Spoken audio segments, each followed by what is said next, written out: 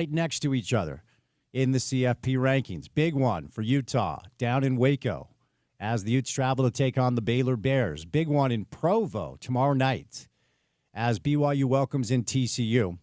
Been interesting to follow these game lines as far as the betting action goes in Las Vegas. Programming note, the official stance of this radio program is do not bet on sports.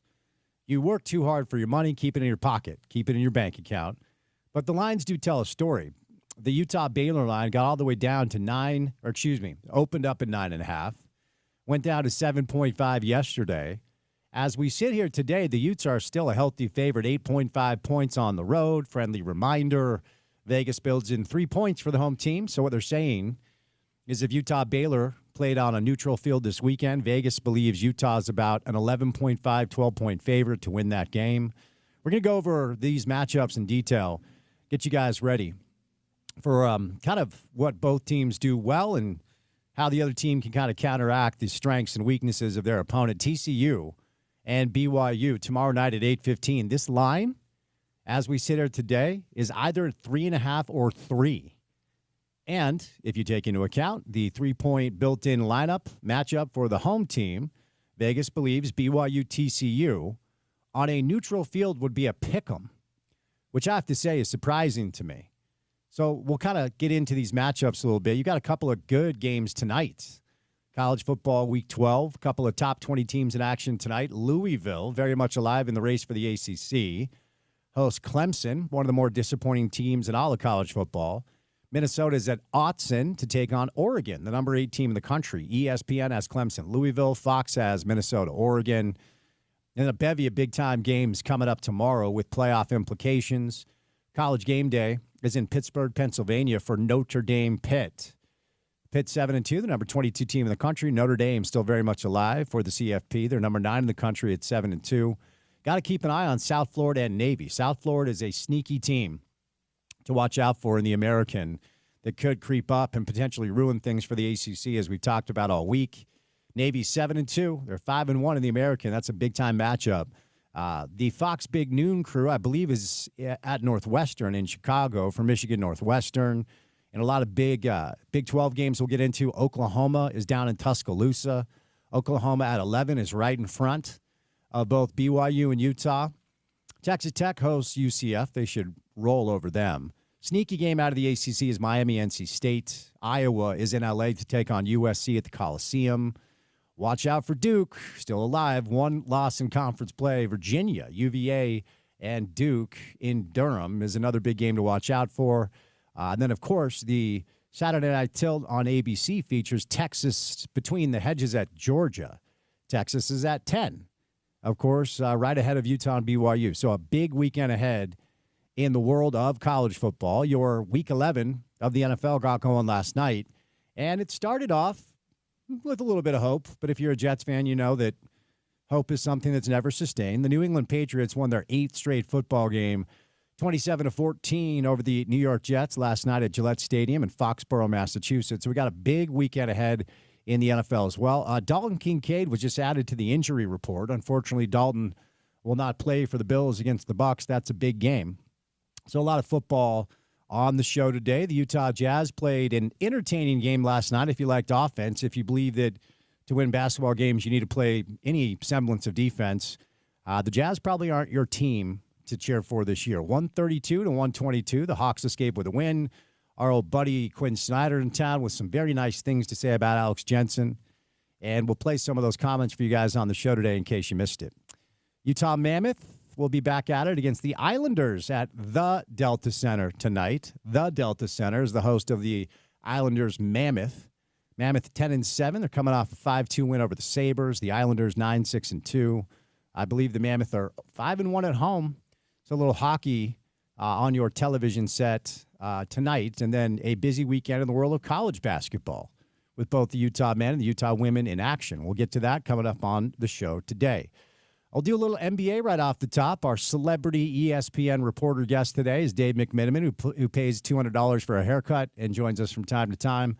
We'll do some Utes with Rojo. Former Utah safety Robert Johnson stops by. Paul Pugmire for his weekly hit, the world of the PGA Tour and what's going on with the local golf scene as well.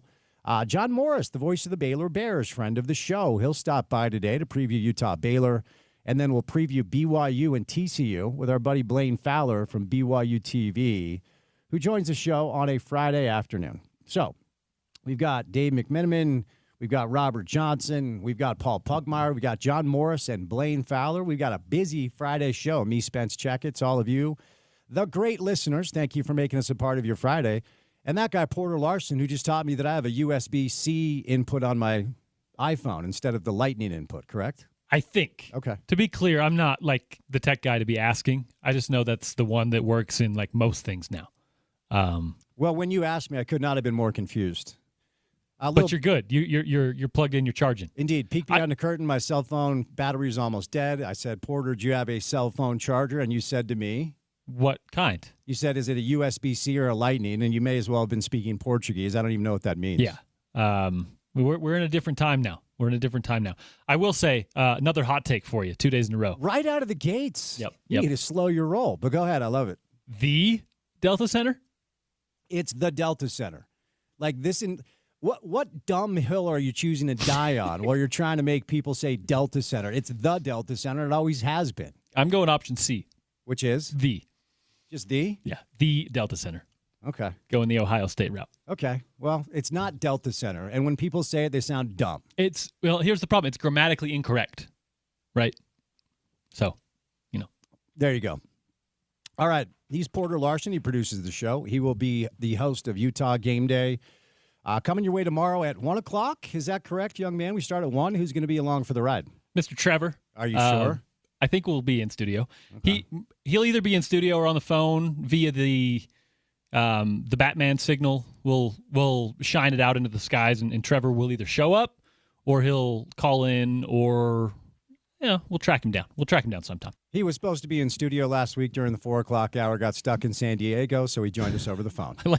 I like that it was, he was going to be in studio, and instead of like in Sandy or North Salt Lake stuck in traffic, he was in San Diego. And let us know at 4:15 when Kevin Reynolds had joined us from the Salt Lake Tribune. But that's our guy, Trev. We love him. So tune in for Porter and Trevor Riley taking care of you for Utah pregame coverage tomorrow at 1 o'clock. It is a 5 o'clock kick down at Waco for the Utes taking on the Baylor Bears. Our first guest today will be Dave McMenamin to talk some NBA. But before Dave joins us on a Friday afternoon, courtesy of our good friends and your good friends too at Prize Picks, it's time now for your opening tip. Welcome to The Drive with Spence Checketts on Utah's #1 sports talk. Now into the studios of ESPN 700 to set the scene for the show. The opening tip of The Drive is brought to you by Prize Picks. Use the code ESPN 700 and run your game with Prize Picks. You guys already know that Prize Picks is the best place to win cash on football. All football season long, whether you are a fan of the Broncos, whether you're a fan of the Raiders or the Niners or even the hapless New York Football Jets, Prize Picks is the best place to win cash on football. But basketball is back, so it's the best place to win cash on the Jazz. I hit a 4-team parlay last night with Marketing. In addition, Isaiah Collier got that assist right. Nickeil Alexander-Walker back in town to take on the Jazz. And then my fourth pick was, Kyle Filipowski. Prop bets, huh? Well, I mean, if you're brave enough to go down that path, you can make some more money. If you want to pick 4 different players, you're able to do that. I'm impressed. It's hard to win that way, but I was able to win a little cash last night. I'll tell you about some Prize picks coming up on the show. They offer stacks now, which means you can pick the same player like I did on marketed 3-point shots made and field goal attempts last night. Pick the same player up to 3 times in the same lineup. You can also follow other Prize Picks players directly on the app and copy their lineups in one click, whether it's a friend, a celebrity partner, or just someone whose picks you like. You can hit the follow button and check out every lineup they create in the new feed tab on Prize Picks. Download that Prize Picks app today. Use the promo code ESPN700 to get $50 in lineups.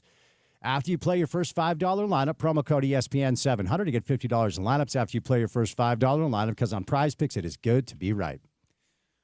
All right, busy college football weekend ahead. We've got Robert Johnson to break down Utah Baylor. We've got Blaine Fowler to preview BYU TCU. So we will get to that coming up in just a little bit. I wanted to start the show off today, just real quick, with a difficult story that broke earlier today. So Kennard Davis Jr., a BYU basketball player who has transferred to play for Kevin Young this season, He's a transfer from Southern Illinois. He's a really, really good defensive player. He's going to be in the starting lineup when he is healthy. I think he missed last game with an Achilles injury. Well, Kennard Davis Jr. was arrested on suspicion of DUI today following a crash in Provo, according to a release from local police. Of course, BYU is traveling to take on UConn in one of the biggest non-conference games of the year. That's going to be in Boston at TD Garden. So that came down today, and the reason I wanted to start the show off with this story today is Kennard Davis Jr. does not need people to pile on, and I'm not justifying that type of behavior, and I'm certainly not sitting here in any sort of way casting any sort of judgment, because obviously I'm not the person to do that. But this is a tough day all around.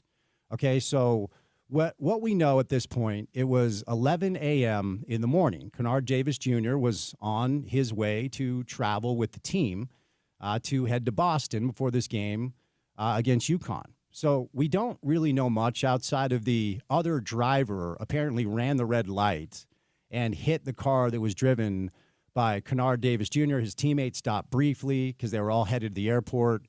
Kennard Davis Jr. stayed behind with an assistant and was treated for minor injuries. Police said they had, quote, cause to conduct a DUI investigation and impound the vehicle. So, look, we don't know what substance it was. We don't really know the details of the entire thing. We're going to have to wait for this investigation to play itself out. I just wanted to bring this up to start the show today and if one person hears this, instead of heading to your keyboard right away to make this some sort of grand statement about who BYU is as a result of them bringing talent in for NIL and trying to rub this in Kennard Davis Jr.'s face, I just want to remind everybody there are no winners here. This is a tough deal for this kid because and it is a mistake, okay?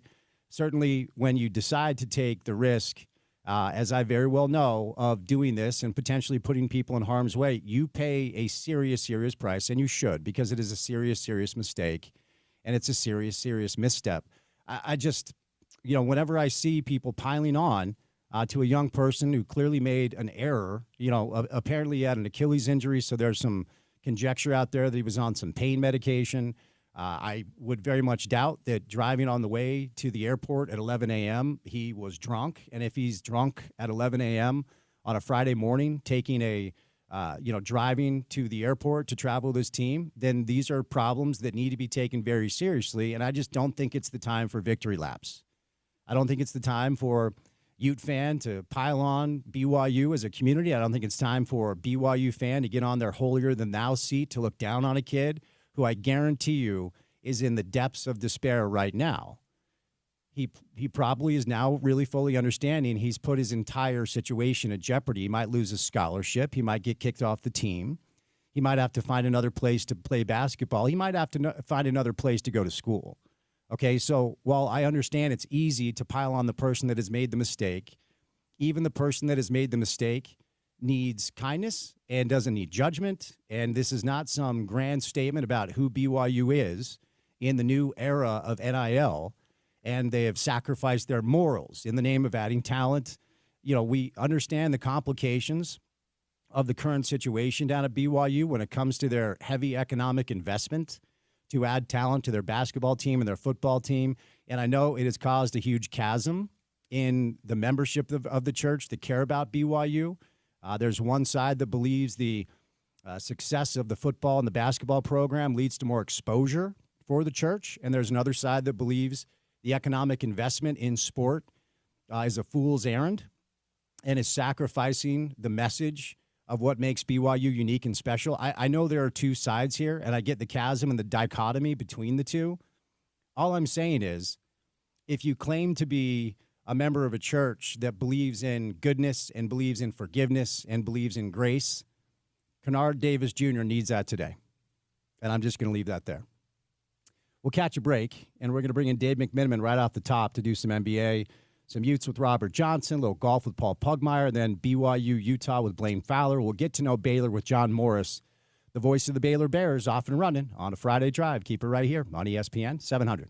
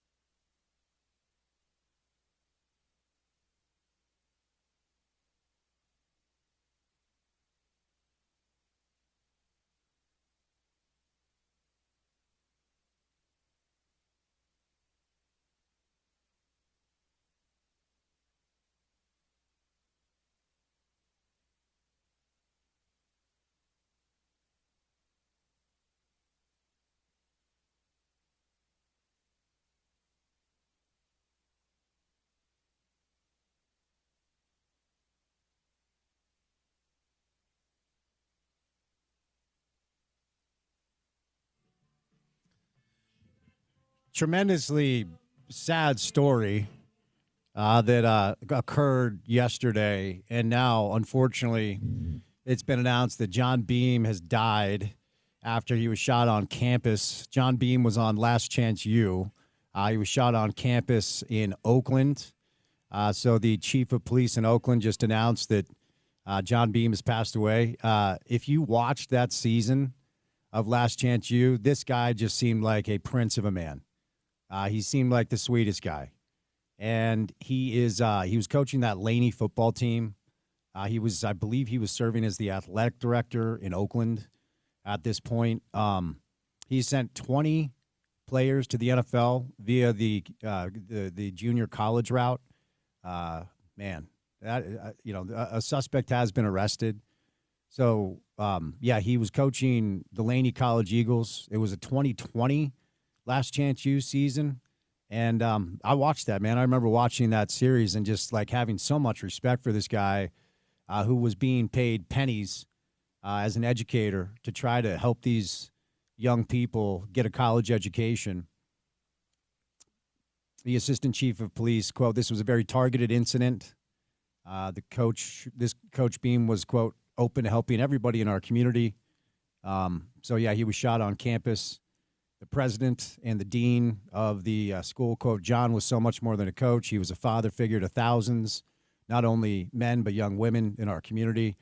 There's a vigil that's being held as we speak right now. Whew, man. He's got two players in the NFL right now, Nashawn and Rajon Wright. One is with the Bears. The other is with the Saints. They're both posting on social media. He was also, first and foremost, father and a husband, athletic director at Laney College, joined the staff in 2004, running backs coach, became the head coach in 2012. He won 2 league titles and, sent 20 players along to the NFL. And if you watched it, these were young men who came from impoverished communities. Most of them didn't have either the grades or the money to play Division I football, so they went the junior college route. Quote, "The Peralta community is devastated by his shooting and deeply concerned for his family." This is Mark Johnson, a spokesman for the Peralta Community College District. This came the day after a student was shot at Skyline High School, close to campus. So real sad stuff, man. I was bummed when I heard the news, and now it's official that he has passed away. Just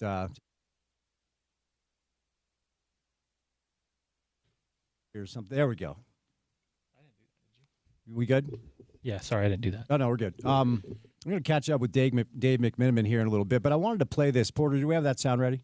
Yes. Okay, indeed. So the Atlanta Hawks were in town last night to take on the Utah Jazz.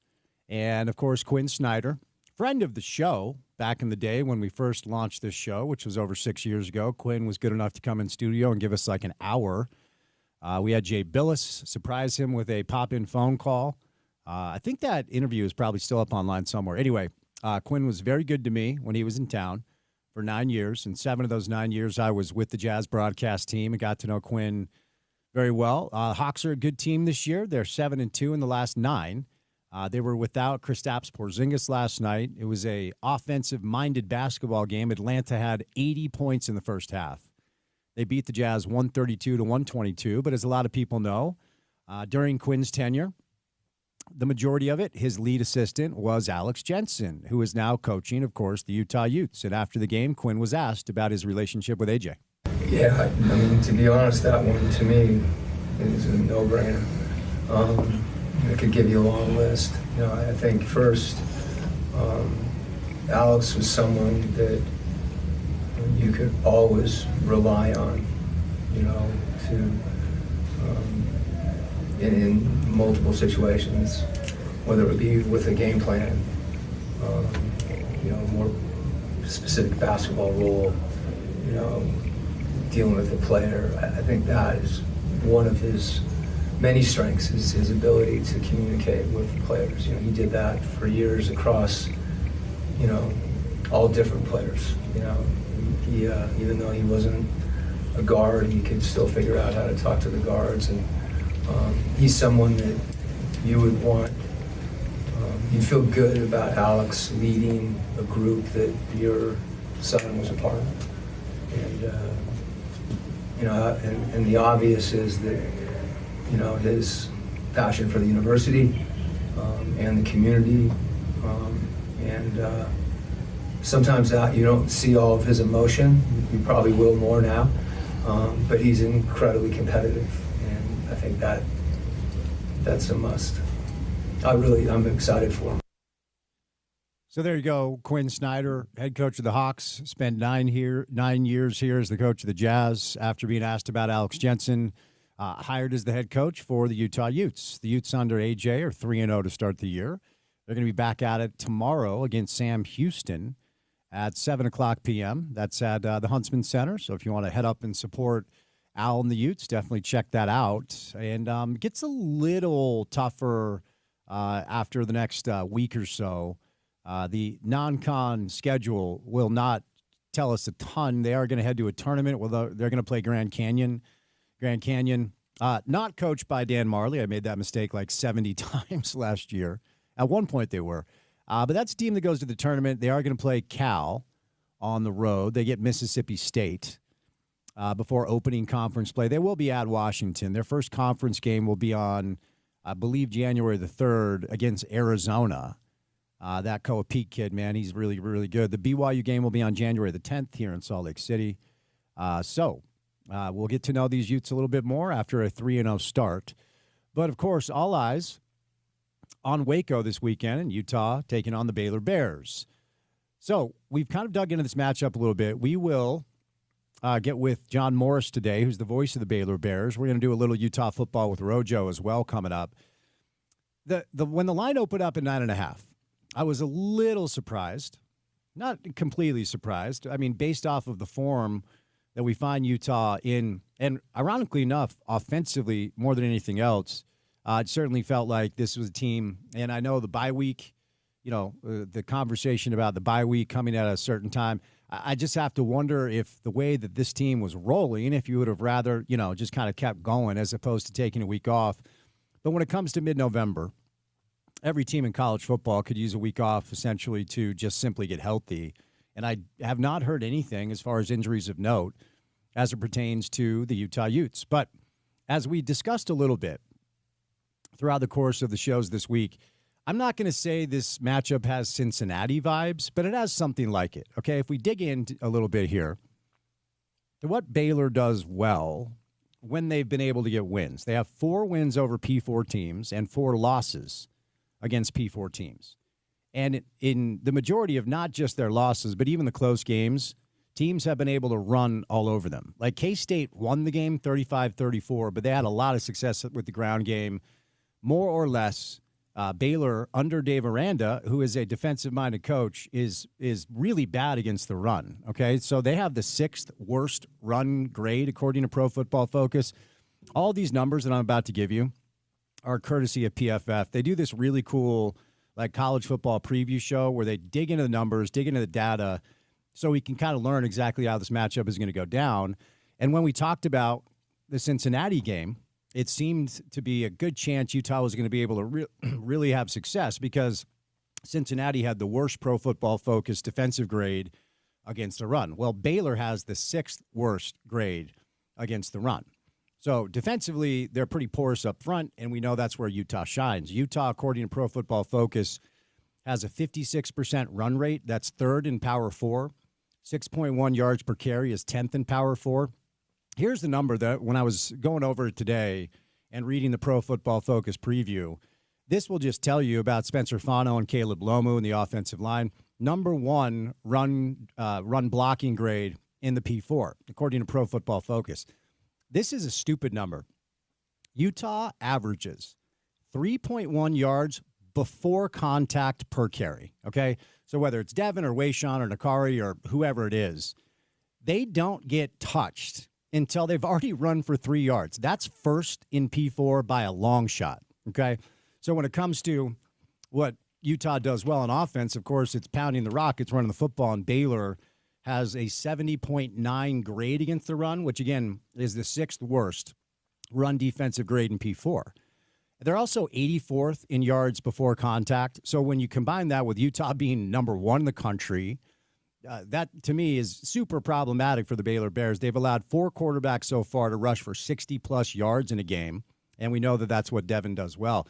Now, offensively, and this is also a little bit of a shift for a Dave Aranda coach football team, really what they do well, it's their quarterback.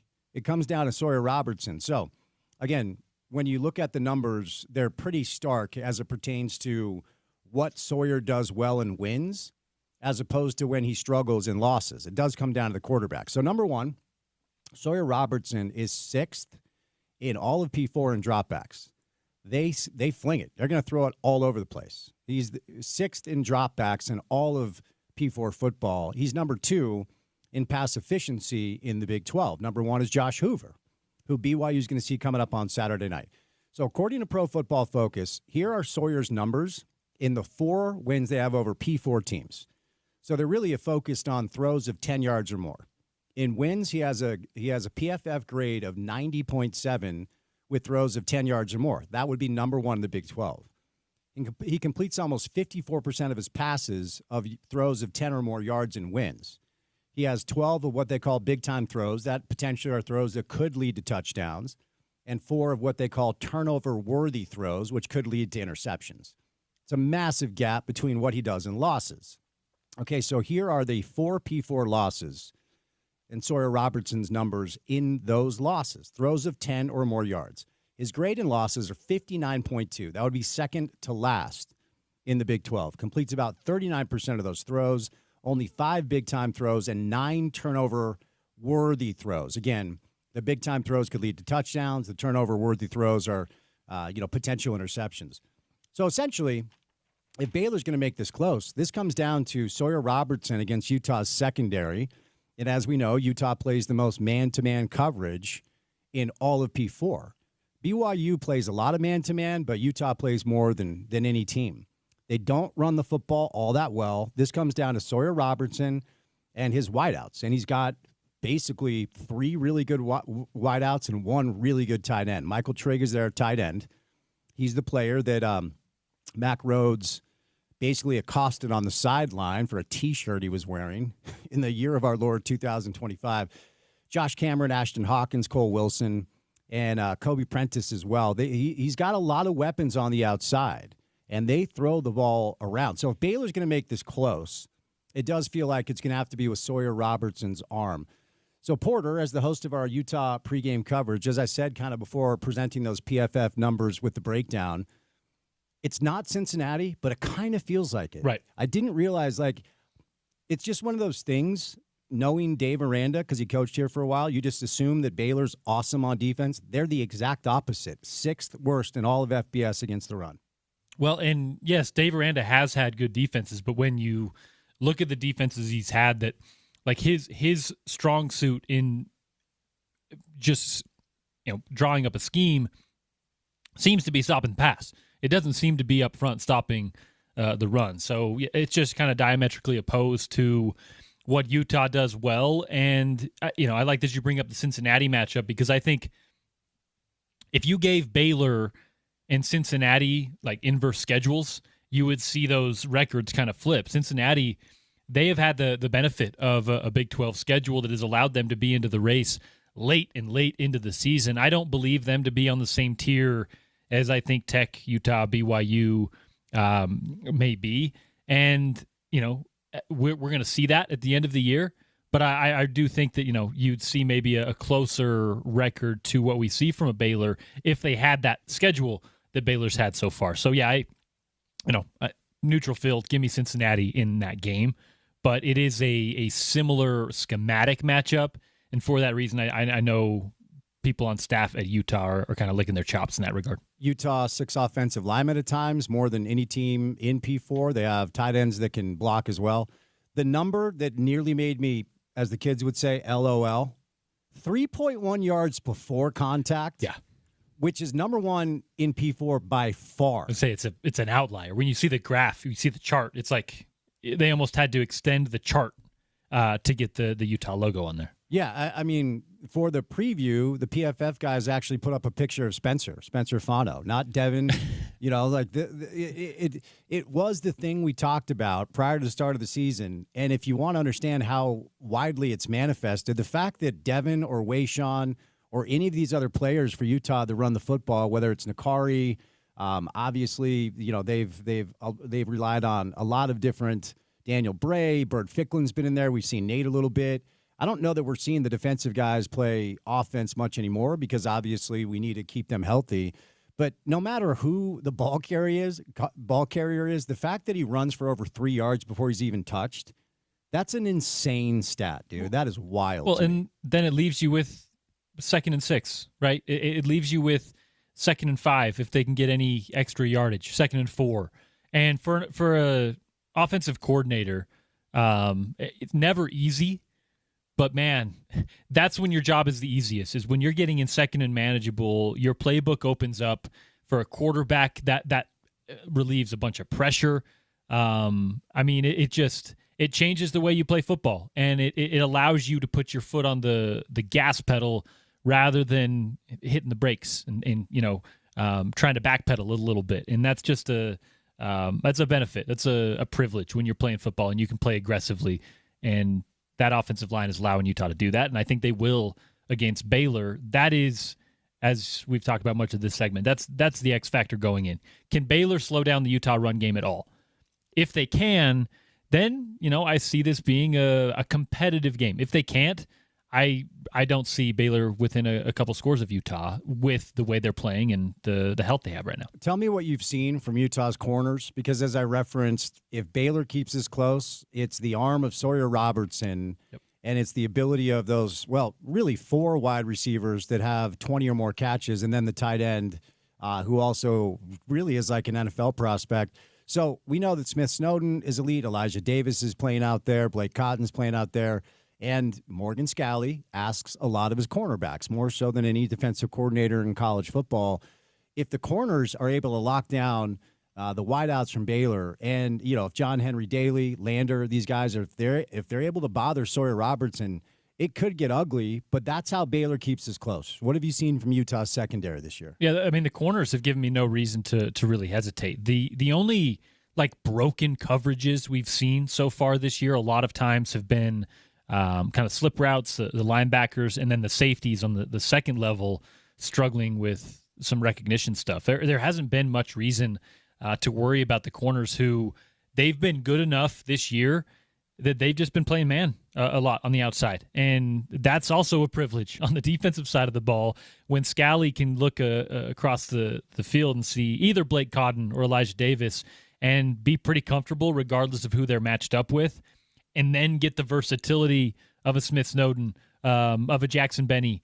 Then you can use any one of those 4 guys in whichever way you want in that man press coverage. And they all seem to be pretty good in the zone recognition and communication. So the Utes secondary hasn't given me much reason to hesitate in the way they've been able to play. I think that with the pressure that Utah's been able to get with 4, that can be a little deceiving, though, right? How can they perform when maybe Utah's challenged in that front 4? We talked about the offensive line for Utah. Well, they've also been getting pressure without sending a blitz, right? With just 4 guys, as much as anyone in the country. I think they're still top 5 in that category as well. So for Utah, that makes coverage easy. When you can drop an extra guy and still get pressure because John Henry Daly is requiring 3 guys, that makes your job a little easier. Now, when you face a quarterback who can extend the play and you face wide receivers who can get open, that does complicate things. Yeah, so this feels like a matchup, if you're a Ute fan, you should feel pretty confident in when it comes to what Utah does well and where Baylor struggles. We'll get to BYU TCU a little bit later because this actually tells a different story, and some of these PFF grades caught me completely off guard.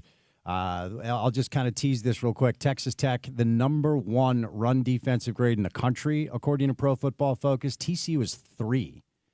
TCU has the number 3 rush defensive grade in the entire country, which I did not know until I was reading that earlier. They also have a quarterback that can really throw it, so preview BYU TCU a little bit later on as Blaine Fowler from BYU TV will join us. But we'll catch a break and we'll catch up with Robert Johnson, Rojo, who played in the secondary for Utah football. We'll talk to him about the challenges that Sawyer Robertson presents. Want to remind you that the Fierce Fighting Championships are on tonight at the Salt Lake City Masonic Temple. You can find tickets at fiercefightingchampionship.com. 1 hour down, 3 hours to go. Rojo stops by coming up next on ESPN 700.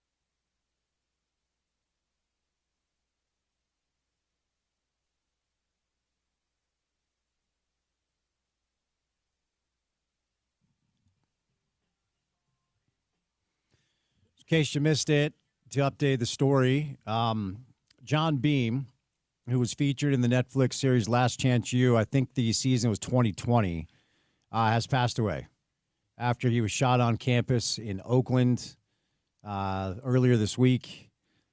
So just super sad stuff. I remember watching that series. It was Laney College, a community college in the Oakland area, where John Beam, who's the current athletic director, former head coach of the football team, just seemed like a really nice, humble man who wanted to help these kids get a college education and ultimately try to help them get a spot to play some college football when a lot of them didn't have the grades or the money to play Division I. He sent 20 kids to the NFL, currently 2 brothers in the NFL. So he was shot 2 days ago, was in the hospital in critical condition yesterday, and passed away about an hour ago. So if you watch that Netflix series, it's funny, man, when you watch these series, sometimes you feel like you get to know these people and just seem like a really sweet guy. So really sad stuff. The Utes will be in Waco coming up on Saturday to take on the Baylor Bears. They're an 8.5-point favorite. Our next guest played safety at the highest of levels, including pro football, after playing at the U. Always good to have Robert Johnson on the show. Rojo, happy Friday, buddy. How we doing? Yeah, I'm doing good. I mean, the weather has changed up so fast. I'm like, man, look like it's about to rain right now, it look like. Well, you know what they say about Utah, Rojo. If you don't like the weather, just wait 15 minutes, right? Exactly. You get all 4 seasons in one day. That's how Indeed. it's always been. Indeed. So I'm glad we have you on today. Baylor, if they're dangerous in an area offensively, it is their quarterback. So Sawyer Robertson is second in the conference in pass efficiency. He's 4th in the conference in overall QBR. They don't really run it all that well, but he's got 4 targets he likes. The Michael Trigg kid, the tight end that probably is going to play NFL football, and then 3 really high-level wide receivers. In fact, they have 4 wide receivers with 20 or more catches.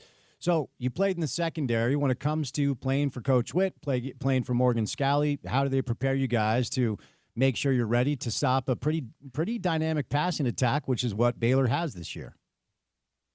I mean, those stats are amazing. And the little bit that I do know about Baylor, I mean, they're a good team. They're a solid team. I mean, I think that they went toe-to-toe with was Arizona State, I think, that they went toe-to-toe with, like Arizona State as well as SMU, I think. Yeah. I remember them popping up.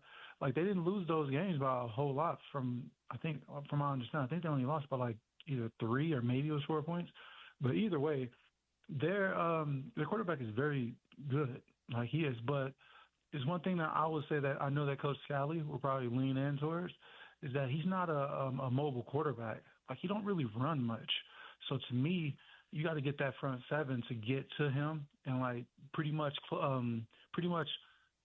create chaos where he can't throw those routes on timing routes. He's going to be too worried about the pass rush. So you got to like break the cup that they call it, where the offensive line try to make a cup where the quarterback step up into the pocket to throw the ball. You want to make sure that he has to at least step outside that cup, or just destroy the cup and smash the offensive linemen into him as he's trying to throw the ball. And then that's where you hear about someone, he can step into the throw or a finger get hit on the helmet. You know, there's so many different things that can happen, but this quarterback is special. That's a really good point. And in fact, I'll take it a step further. Sawyer Robertson, Rojo, doesn't run it at all. He has 39 carries for 13 yards, which means most of the carries are him just basically trying to make a play, and he gets sacked a ton.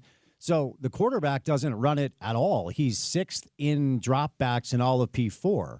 So elaborate on that a little bit more. When you've got a quarterback, because in the modern day, it feels like most teams now have dual threats. Baylor does not. This is a classic drop-back passing attack. So what's the best way to bring pressure and bother a classic drop-back passer as opposed to somebody who can escape, because Sawyer cannot? Well, because we have really good D tackles, like I feel like blitzing on the outside, like because we already know that Coach Scalley is going to send as many people as you want. But I believe if you blitz him on the outside, he will have to step up, and when he step up, we got our D tackles that can clean it out and make things happen.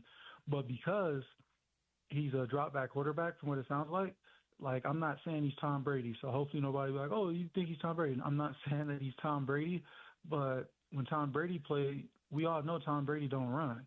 So when he throw the ball is thrown on a timing system. So if the receiver is supposed to run an out route, he's throwing the ball to where the receiver should be at, and he's throwing it on time. So I believe that if we press the receivers, as we normally do, and then if we do blitz, we blitz outside in, it's going to cause a lot of chaos, but it is going to give that tight end, at Michael, the tight end that you just mentioned, the tight end is legit. But the goal is you got to remember, every good player is going to get their yards. They're going to get their catches. He's a tight end is going to get his catches, get his yards, but don't give up no touchdowns with them. Just like give up a 3 points, play bend, don't break type of defense. And I think that we can do that. I think we mainly could. And like them playing from behind, it might be our win for us, because then we could just start sending everybody at him and hopefully move him off his spot. And then he throw interceptions or just throw late timing routes and things like that. The role of a safety in a Morgan Scalley defense, what does that look like? Jackson Benny leads the team in tackles and interceptions. He's tied with Jonathan Hall. They both have 43 tackles. Jackson has 3 picks. And Tao Johnson, who had a rough game against BYU, has really bounced back and played high level as well. So the cornerbacks, of course, and they move Smith around a little bit, but Elijah Davis, Blake Cotton, because Baylor has really good wideouts, not just their tight end. They have really talented wideouts. So the cornerbacks are going to be tested because Morgan asks a lot of them in press man coverage. But the role of the safety, which is what you played in this defense against a good passing attack, what does that look like, Rojo? For me, and when I played, when I had Coach Sataki as well as Coach Scalley as my coaching, the goal that they had for me was just like be the last line of defense. Always have to be the angel in the outfield. It's like, don't let nothing go over my head, and I don't need to be the first person making contact with a running back or somebody who's running the ball. It's like always fall back. And me looking at some of the things that Baylor did with some of those games, me glancing at those games, he don't really throw the ball super deep. It just happens to be that the timing routes are great. So at safety, you can't really home in on one target of like that receiver, he gets the ball the most. Like the tight end gets the ball the most. But it turns into who's going to line up on him. I don't think we should put Jackson Benny on him. I don't think so. I think the tight end from the Baylor is pretty tall. So that turns into like almost like you don't want somebody that's short, and you don't want a small body, because I think Michael's a big body as well. He's like tall and he's a wide body. So all he did is throw the ball up, he'll post you up, from what my understanding is. I got to do a little bit of research on him. But playing safety, my thoughts will always be last line of defense. Like that will always be my thing, because the quarterback can look like he's sacked, but because he's a passing quarterback or a pocket passer, you might not be able to see him back there behind those offensive linemen, but you can see the ball being thrown. So it's almost like stand back and just make sure to let the front seven do their thing, and then you can make things work. Tell me, Rojo, what you've liked the most after the BYU loss. The 2 games since then, they've outscored teams 98-21. Colorado, Cincinnati, both those games were basically over at halftime. What do you like most about the way Utah's responded since the loss? Well, I mean, offense-wise, I love the fact that the offense is getting back to where they felt like they can do really good at. And maybe that's because Devon has got healthier when we had that bye week. But it showed so differently when you look at how the offense was moving the ball compared to when we played against team down south. It was like when we played against them, it seemed like we was trying to establish just like we just need to run. And then it's like, okay, we got to be forced to pass.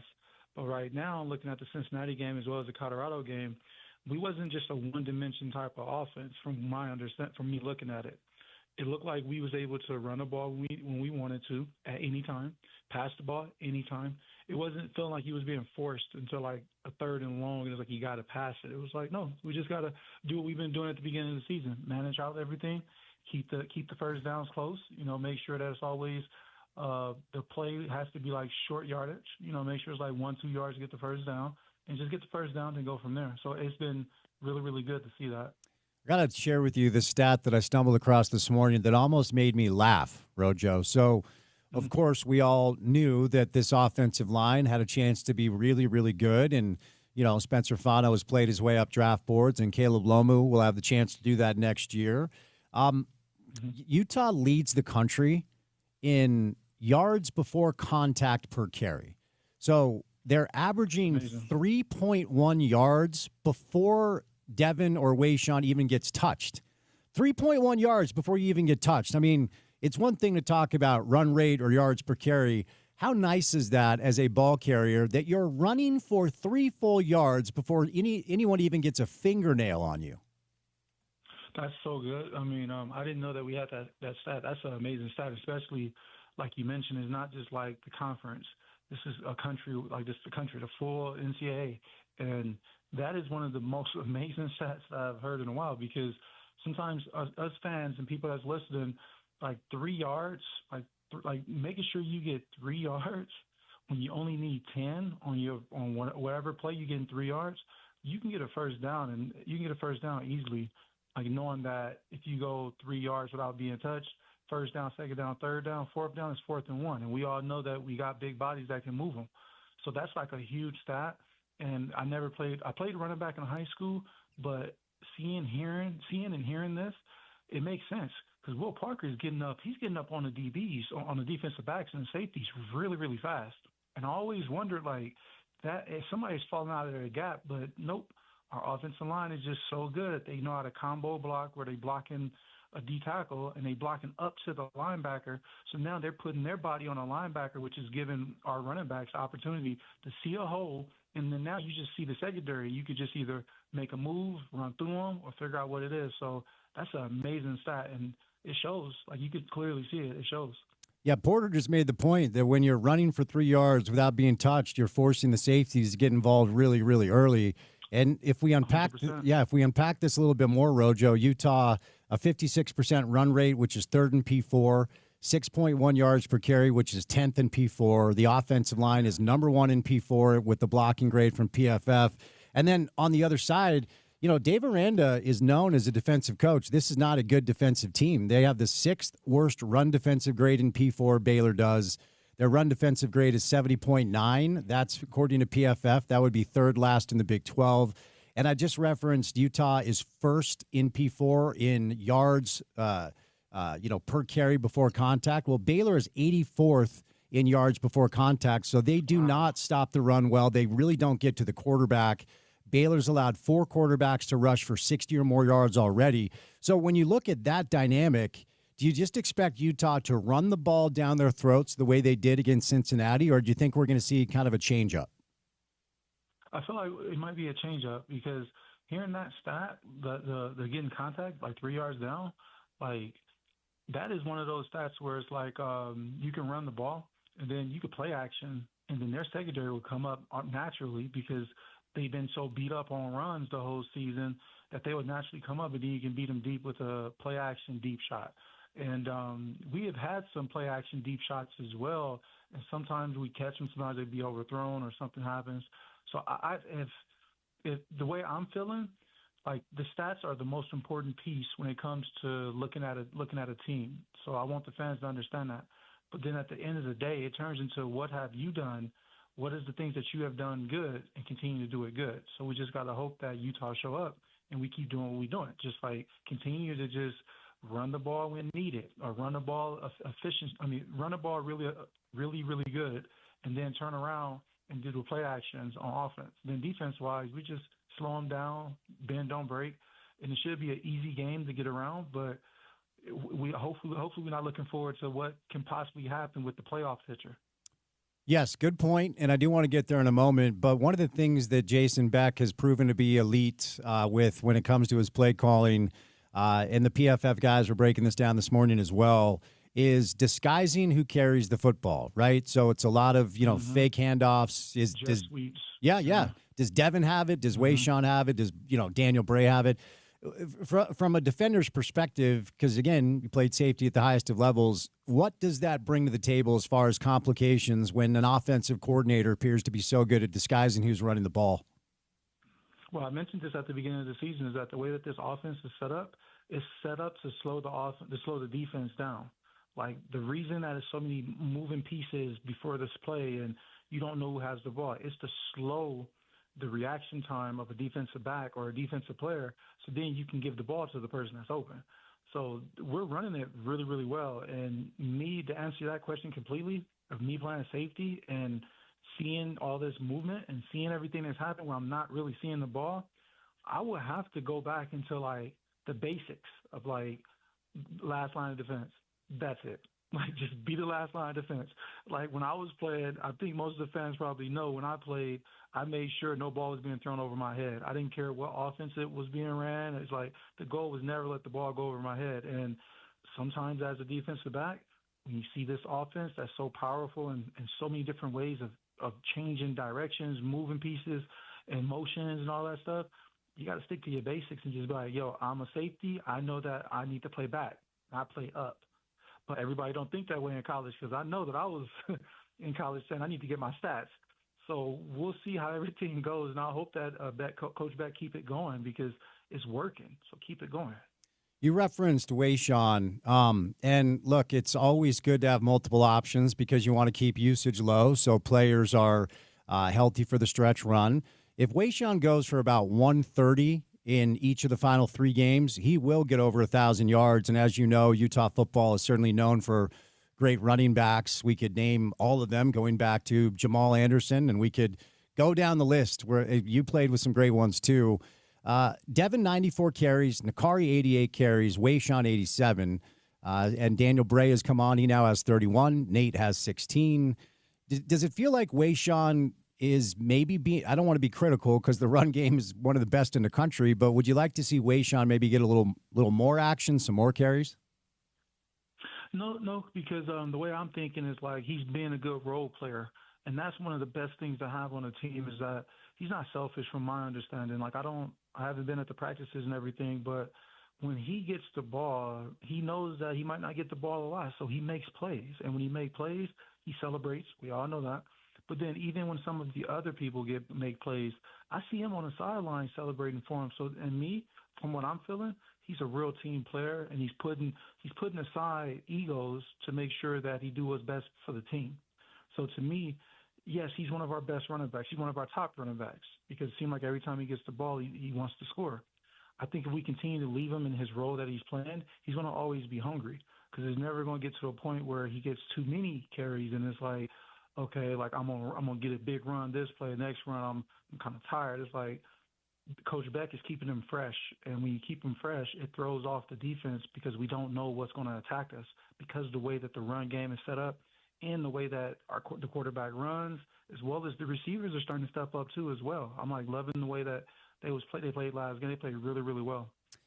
So that brings me to a question about Devin, who leads the Big 12 in QBR. So, you know, I certainly would not want to change what's been so effective. And with 3 games left, I mean, I suppose the good news is Bird has looked good as his backup. But I think it's safe to say that, you know, all of us are really hoping Devin's able to stay healthy. And when you look at kind of the splits, he's averaging roughly 14, 15 carries per game.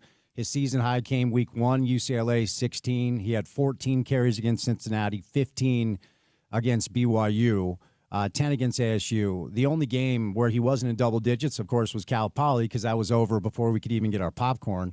How many carries do you think is just kind of the right general area for Devin to make sure he's healthy for the final 3? I say keep it between 10 and 15, like, because the good thing, and I know this is jumping the topic, the good thing is that our backup is good.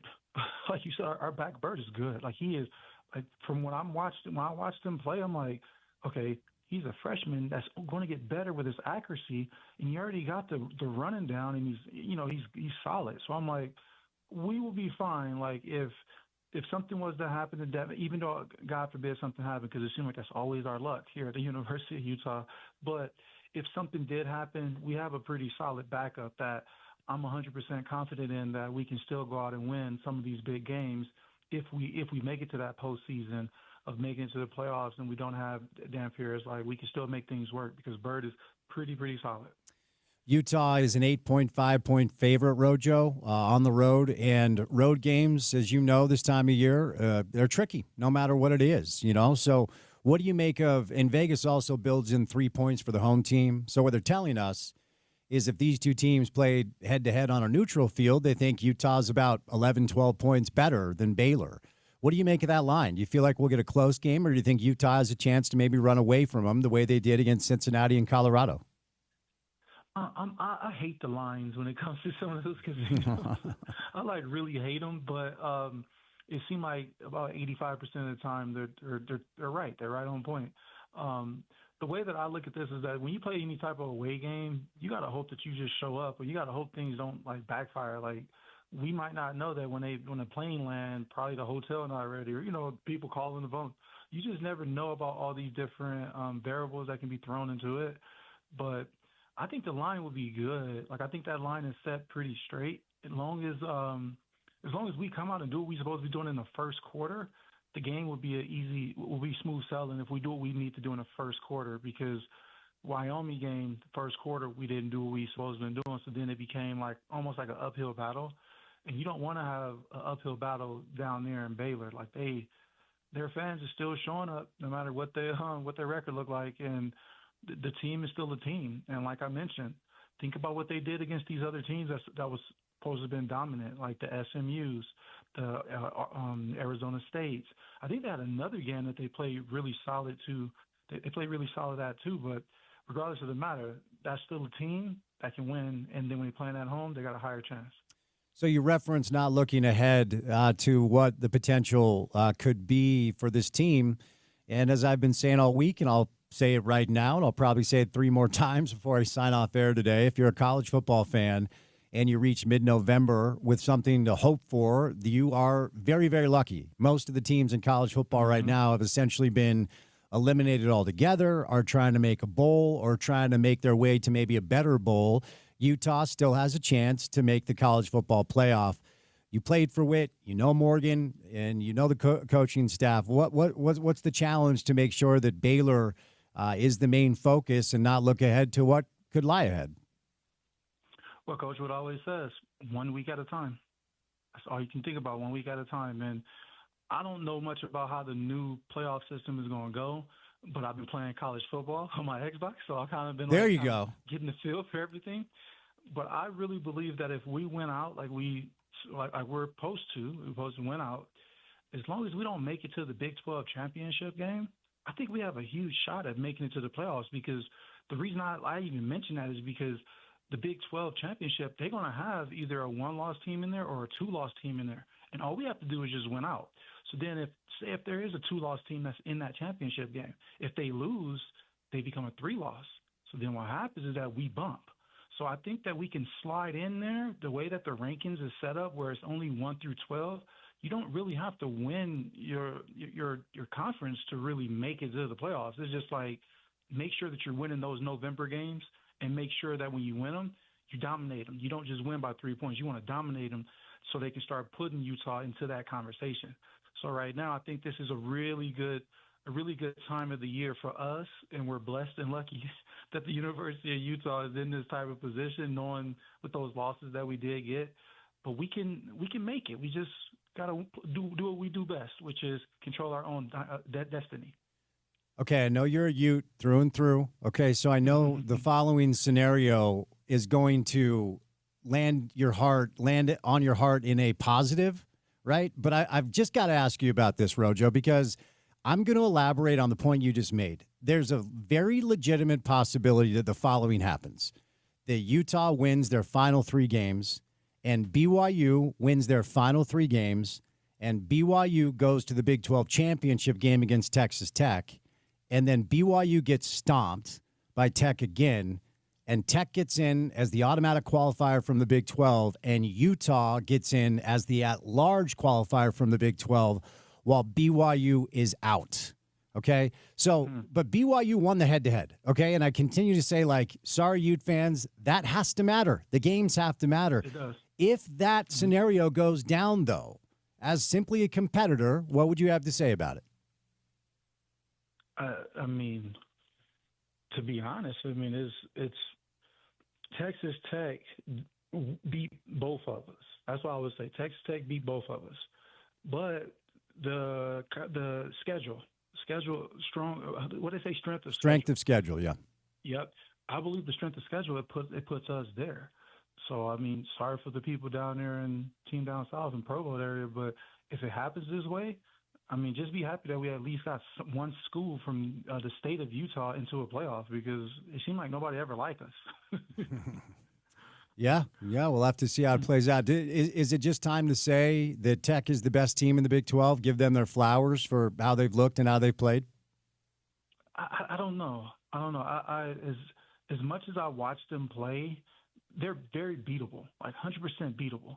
But it's just games that it's just certain things that just goes their way. So I think what's going to happen is that people are going to look at their schedule and they're going to see that they've been dominating, but I think their quarterback is hurt, right? Like their starting quarterback or their backup quarterback. Something happened. Their backup. The one that came in here and trounced us. I mean, he's the one that's hurt. Yeah, that's hurt. And then the one that was starting, he's back playing, but he's still kind of beat up too, right? Mm-hmm. That's correct. Yeah, he's had a lot of injuries this year.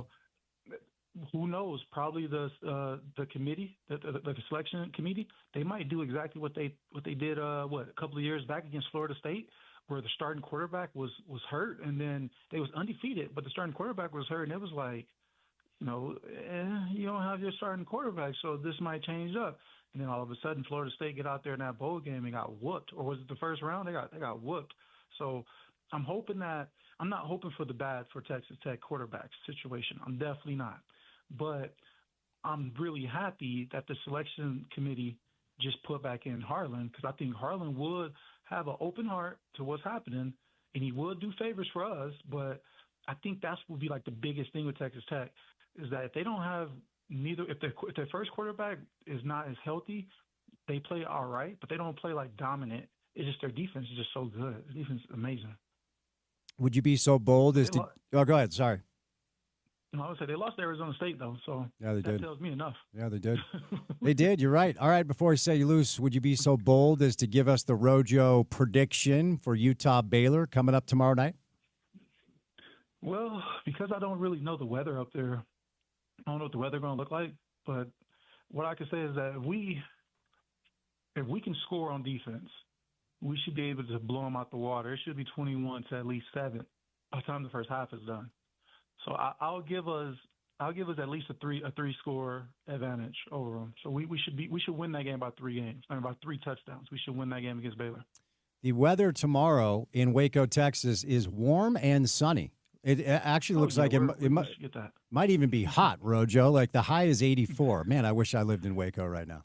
I wish I was there. Looking at this weather, I'm like, I wish I was there right now too. Yeah, no doubt. But I feel like we should get that advantage. I feel like the advantage should be us because it's good weather, and even though we're playing them at their home site, it's a 5 p.m. game. I believe it's not like crazy morning or crazy night.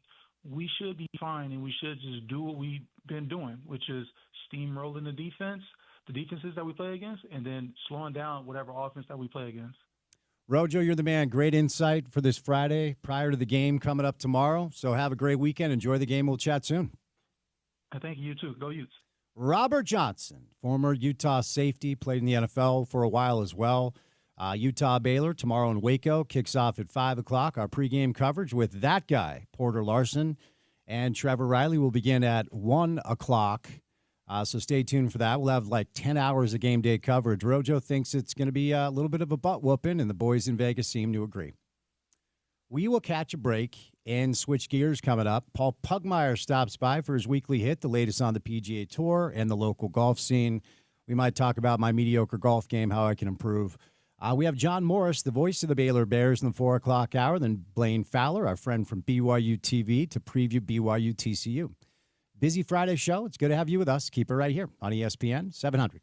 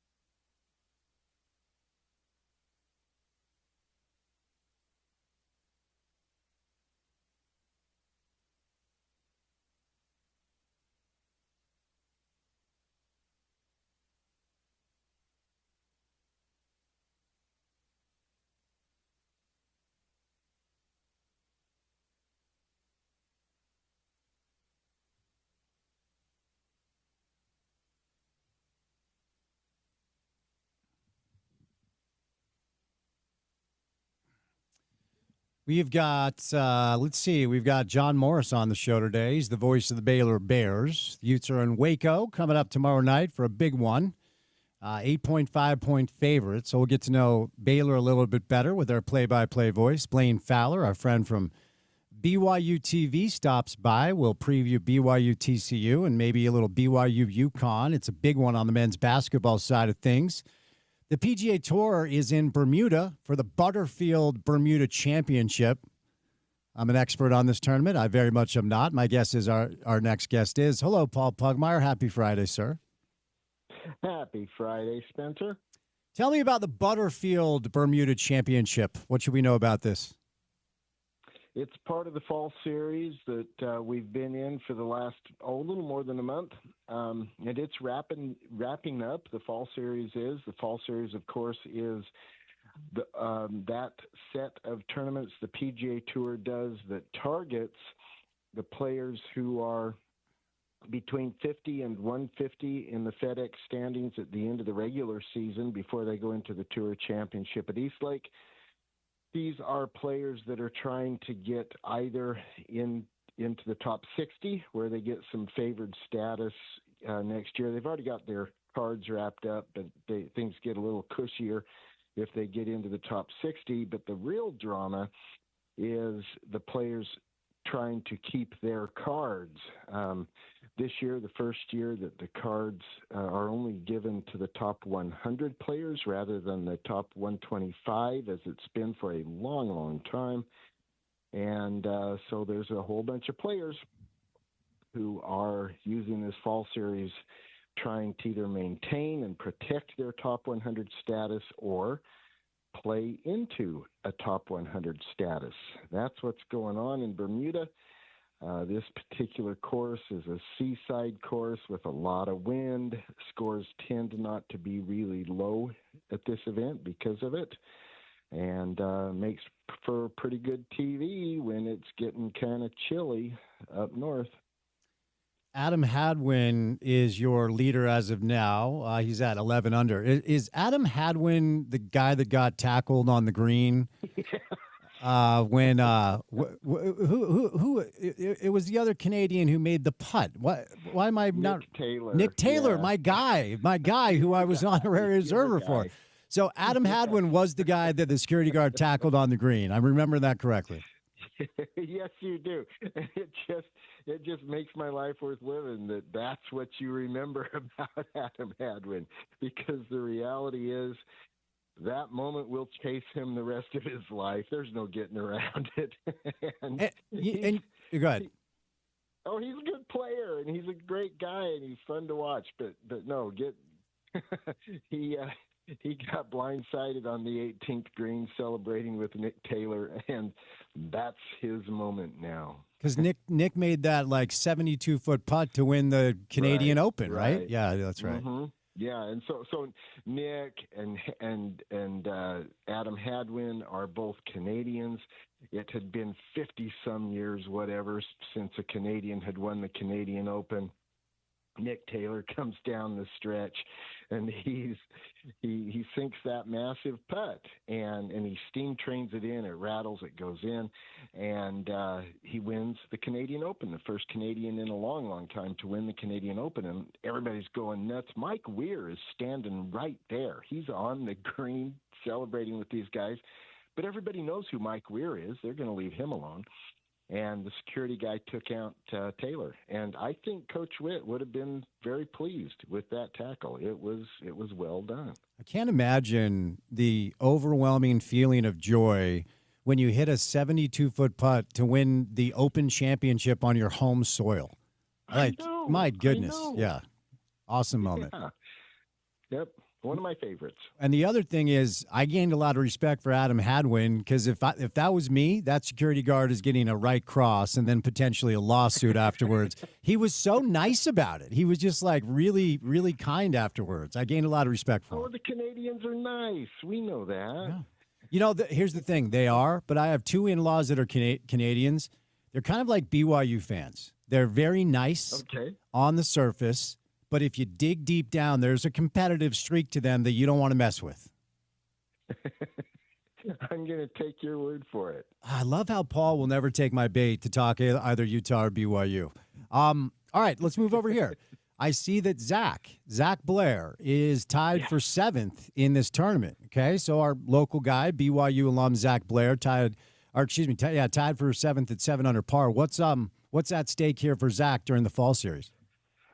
He's trying to get some status for next year. He's had a pretty rough year, to be candid. And Zach throwing down a sweet little 64 today is a difference that makes a difference. Puts him into the top 10 going into the weekend. He currently projects that he moves from 170 on the FedEx list to 153. That puts him knocking on the door of getting in the top 150. Top 150 gets him what's known as conditional status, but it means starts, 15, 18, maybe 20 starts, and enough starts, enough times of pegging it and letting it fly to play his way back into full status on the tour. If he does not finish in the top 150, what does that mean for next year for Zach? Well, being in the top 200 is really where things start to fall off a cliff. There's layers of conditional status. Zach would have access to Corn Ferry events. He would have very low priority status to getting into some tour events. He would have some opportunities to play his way back. It just becomes mathematically harder the farther down the list you are. Patrick Fishburne is in a similar kind of boat. He is currently bouncing around 110. He finished the regular season at 95, but he's scraped a little bit during the fall series, and he's fallen. He's currently at 107. He's trying to play his way into the top 100 to have full status for next year. But he made the cut. He shot a 68 today. He is at T24, so easily in the weekend. He needs a strong weekend. And then there is one more tournament left, the RSM at Sea Island in Georgia. And that is the final tournament of the fall series. And that's the one where the final die will be cast. I have the schedule pulled up. So you're right. That's the final tournament. What's the Hero World Challenge? Because Scotty won that last year. So right. There's something that's coming up where apparently the big dogs play because Scotty won it a year ago. Yeah, all the big dogs do play. It's a 24-player field, invitational only, hosted by Tiger Woods, sponsored by the Hero company that makes motorcycles and things like that in India. It's a high dollar, no cut, made for TV event where the best players in the world go play at a stunningly beautiful course called Albany it's in Bermuda, and it's carved out of sand dunes, very, very, and everything everywhere is sandy at that course. It's a silly season event, made for TV thing in December, but it's good TV, and I've actually had a chance to be there once, and it's fun to walk along. The crowds are very limited, and you get close to the players. I was able to stand a couple of feet from Tiger Woods paired with JT, just listening to him talk because there was hardly anybody there. But that's what the Hero is. Charles Schwab Cup Championship Round 2. Does the Champions Tour move the needle for you at all? It's very interesting. I'm of a vintage where these are a lot of the guys I grew up watching.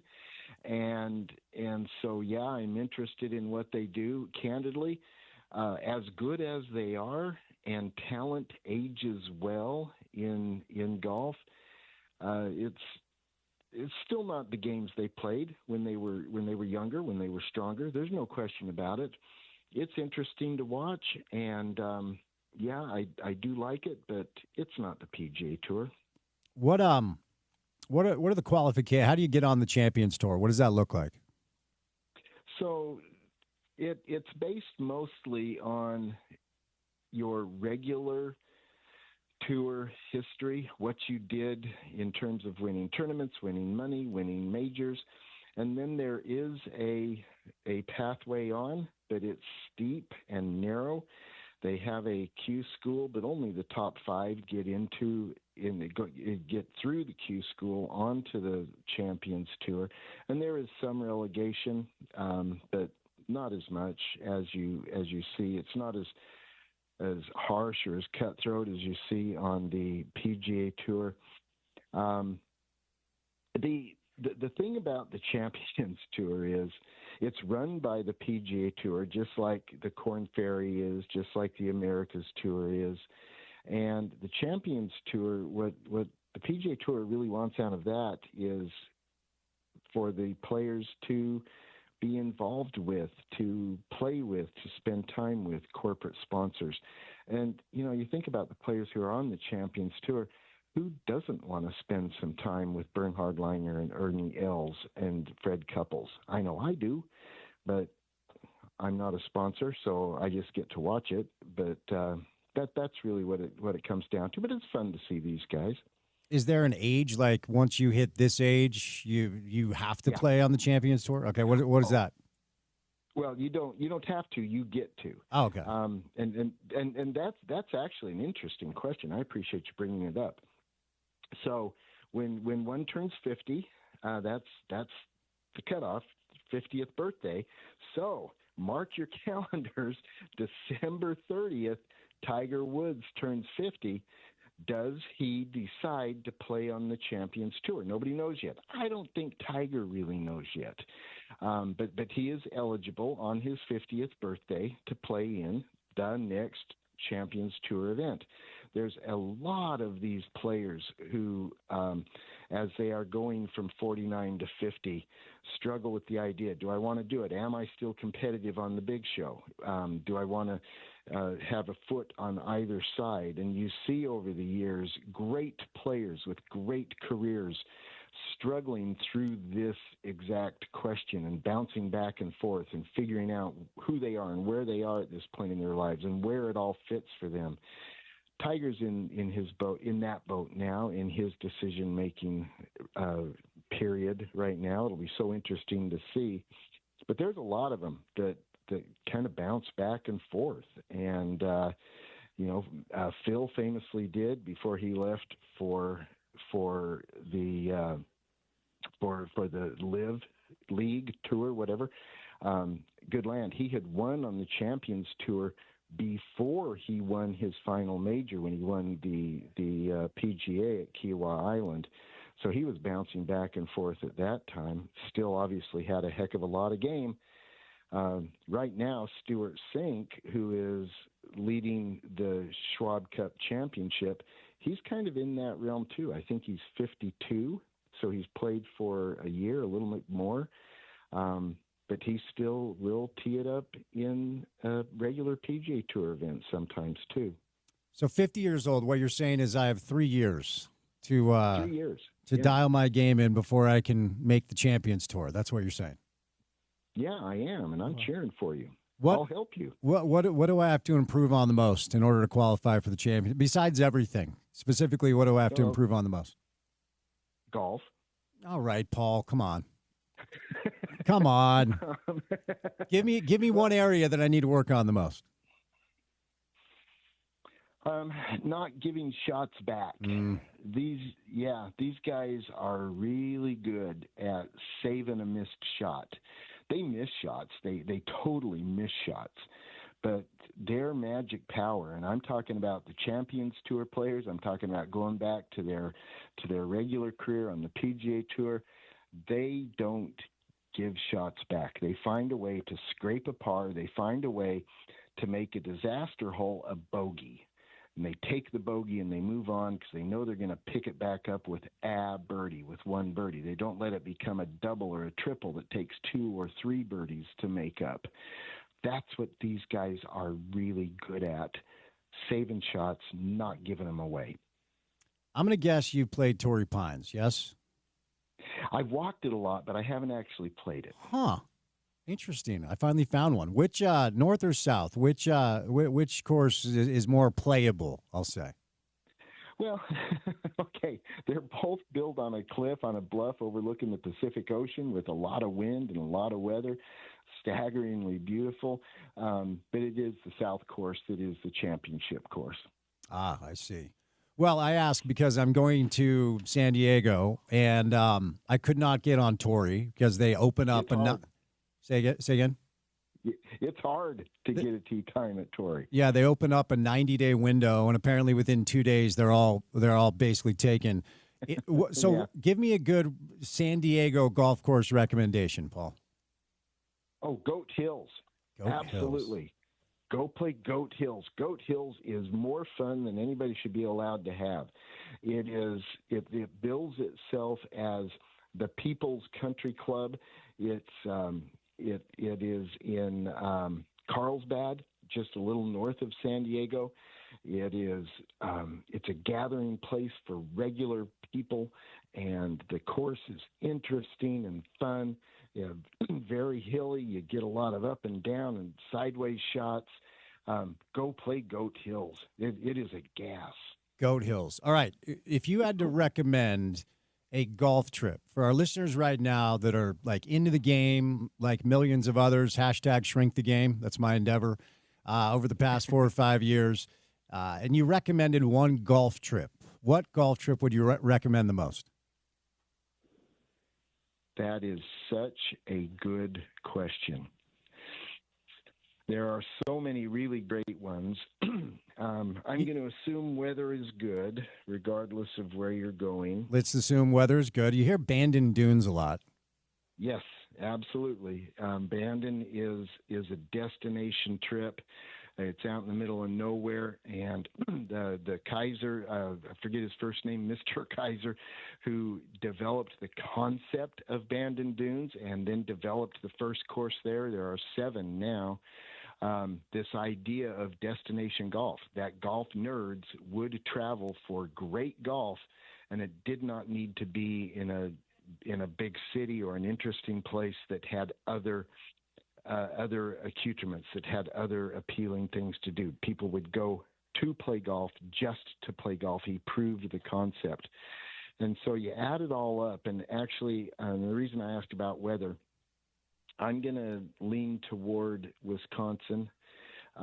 There are destination golf courses in Wisconsin that are out in the middle of nothing, but are great golf courses. And, of course, the list starts with Erin Hills and Whistling Straits. They both have hosted majors. There's Sand Hills there.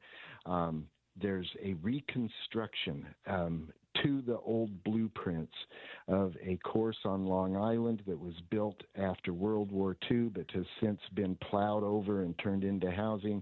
And it's a great old golf course, and they've reconstructed it in Wisconsin. There's a fun golf course in just a little bit to the west of Milwaukee called Oconomowoc. And it's a place where the original Scottish professionals came and landed.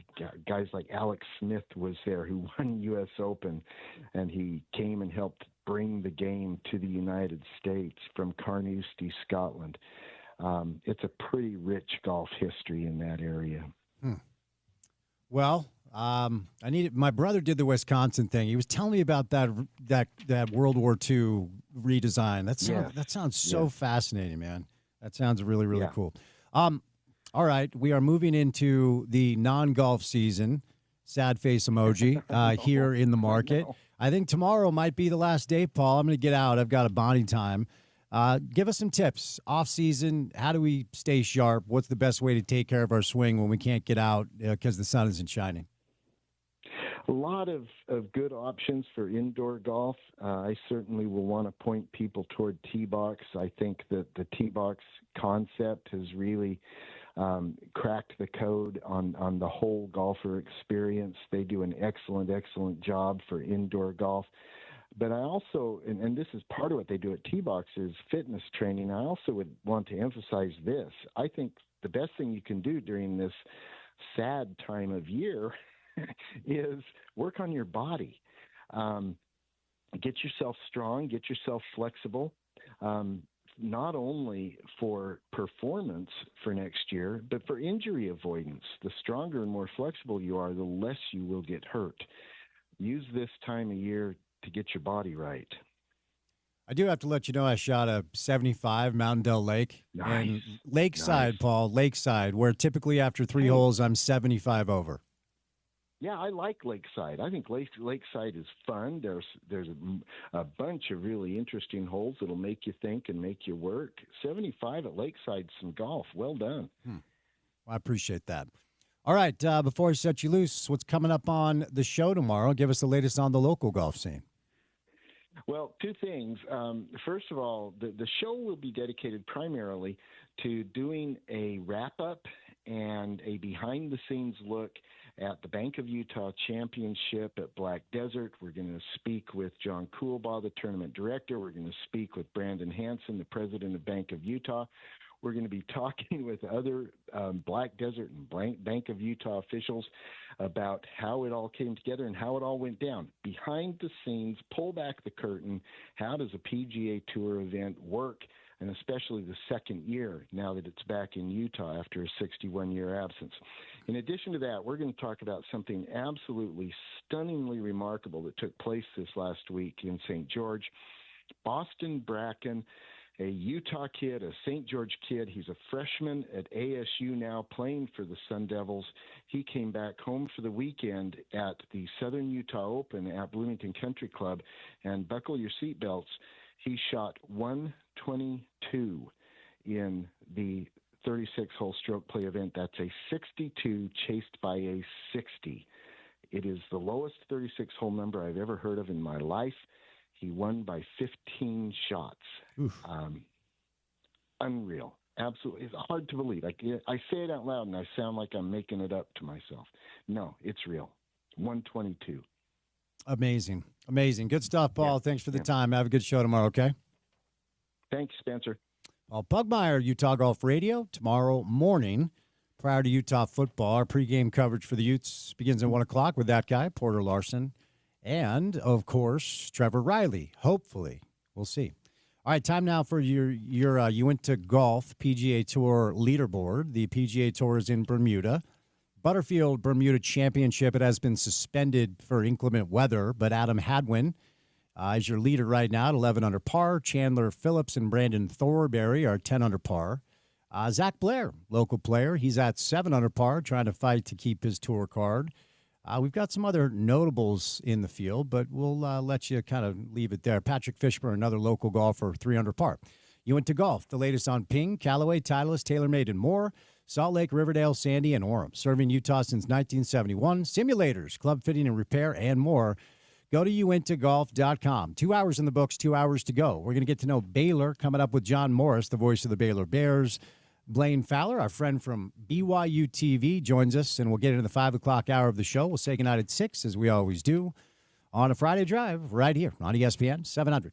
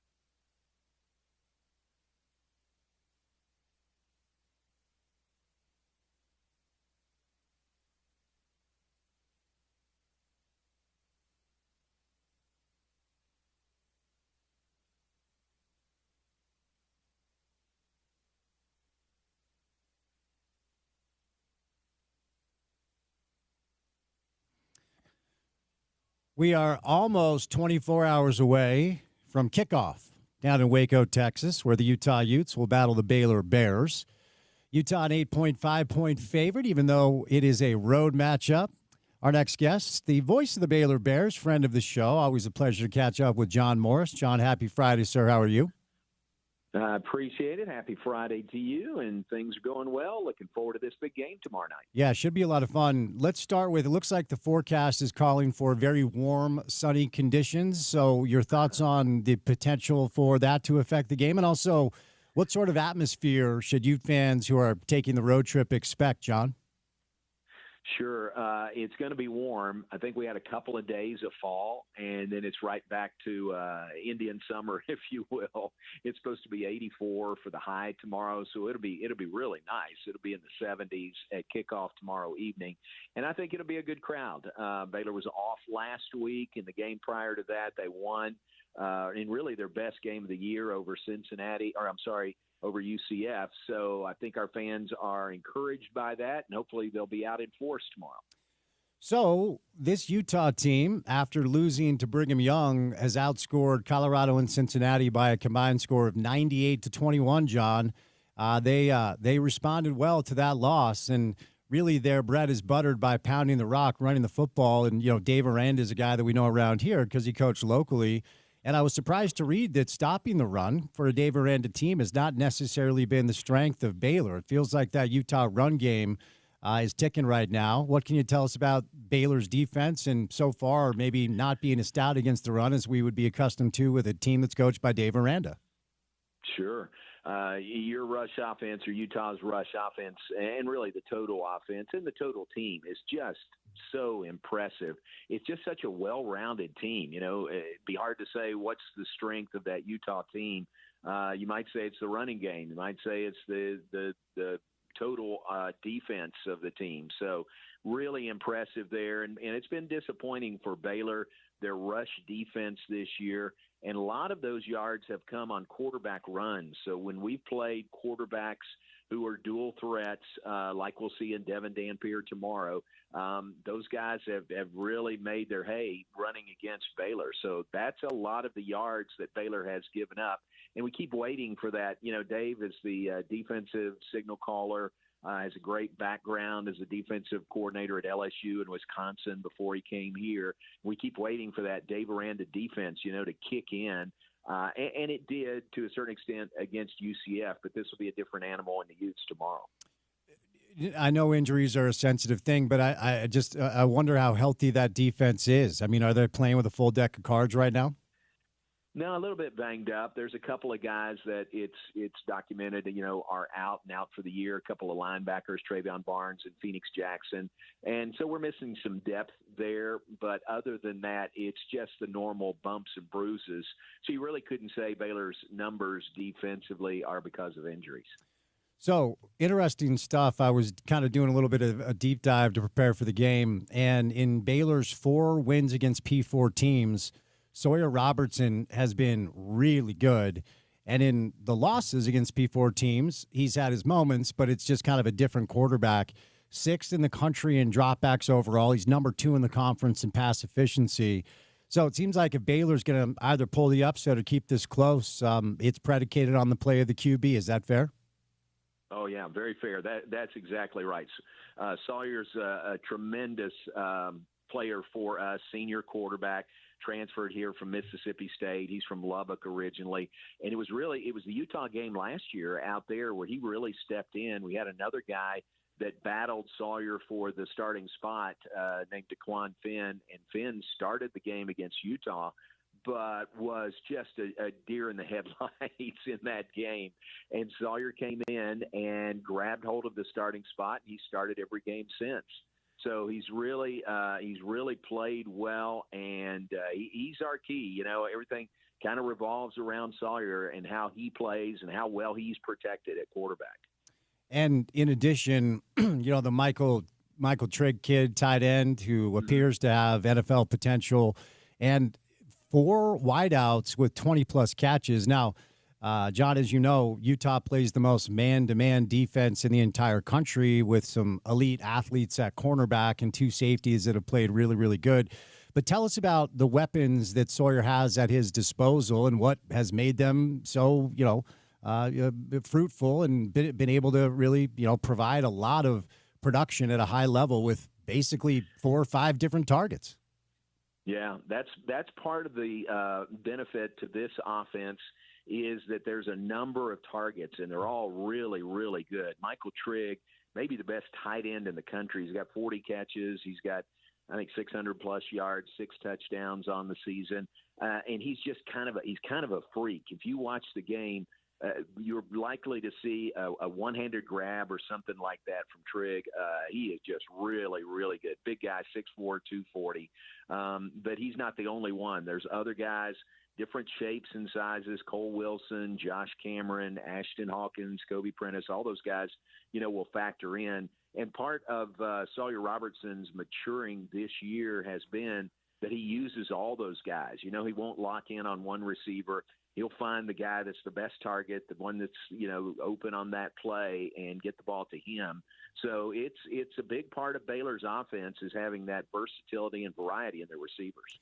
Now, talk to me about the rushing attack, because ultimately that is not where Baylor is shining. They're the 5th to the bottom in the conference in rushing. And, if they're going to beat Utah, they can't do it one way. I mean, this is a defense that's well coached with a lot of athletes and potential NFL players, both in the secondary and up front. So in the instance that Morgan Scalley is able to design a scheme to limit Sawyer, are they going to be able to run the football, I guess, is the most reductive way to ask that.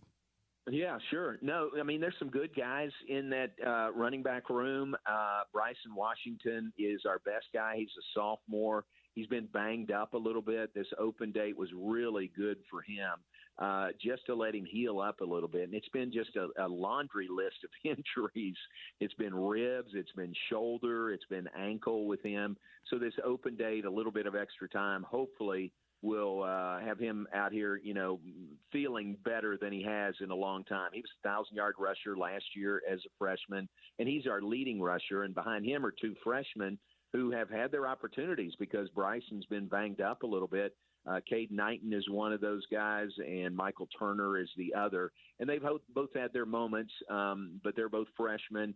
And I think they may get an education when they run into John Henry Daly or whoever up front for Utah in this game tomorrow. Yeah, certainly it's a defensive front that lost a lot of pieces, John. They had to replace 5 different players up front, either graduation or transfer. Keanu Tanavasa went down to play for Brigham Young, but it really has been John Henry Daly and kind of a rotating cast that's kind of a young defensive front, but they've really been able to settle in.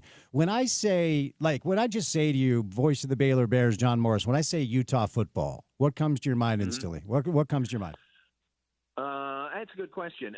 Kyle Whittingham, the name Kyle Whittingham is the first thing that comes to mind just because he's been there so long and he has been so consistently good with that program. I've got, and I know Coach Aranda feels the same way, I've got so much respect for Coach Whittingham and what he has done. Beyond that, to me, I think of Utah football as hard-nosed, disciplined. They're not going to beat themselves, They're just going to play you tough, and this year really, really good in the lines, both lines. So that, in my mind, that's the image I have of Utah, and it's kind of played out to that 7-2 record so far. But just a well-coached team, and, I mean, they've beaten us twice, so Baylor's still looking for their first win against Utah. It wasn't that long ago. Dave Aranda won a Big 12 championship and won a Sugar Bowl, 2021, and since then, a little bit up and down, right? Fair to say. And it felt like maybe to start the year, last year, 8 wins, 5th in the conference, maybe steadied the ship after the 3-win 2023 season. But what's the conversation surrounding Dave? As I referenced, he has local ties. I've interviewed him, I don't know, maybe 8 to 10 times. There's nothing not to like, and you cheer for a guy like that. So what's the kind of the buzz around the coaching staff right now? Well, disappointing to this point in the season. I think they thought, and maybe folks even outside the program thought Baylor would have a better year, but it's just been so up and down. It's been real inconsistent. One good win, and then you can't follow that up and can't get a string of wins going like they did last year. You mentioned eight wins last year, and that came after a 2-4 start to the season. and Baylor won 6 games in a row to end the regular season, lost the bowl game to LSU, but it was a great finish last year. And we're hoping maybe they can do that again this year, but, 3 tough opponents left after the open date last week, including Utah tomorrow. So, Baylor's just got their work cut out for him. For them, it is just it's a tough league week in and week out, and just trying to hunt and peck and find some wins, wherever you can. It is a tough league week in and week out, and we're kind of maintaining and holding on to some hope here in Salt Lake and in the state of Utah overall, as both BYU and Utah still very much alive. Do you see a pathway for the Big 12 to get 2 teams in the CFP this year, John? I hope so. I'm really pulling for that. It won't be Baylor for sure. It could be Utah, but Texas Tech looks like the class of the league right now with what they did last week. So I think Texas Tech they're not in, but I think they've got, at least 1 foot in the playoff already. And then hopefully we can get a second team the way, depending on how things play out over the course of the rest of the regular season and then the Big 12 championship game. But I think we deserve it. I think this league deserves 2 teams in the playoff, and hopefully things do work out that way.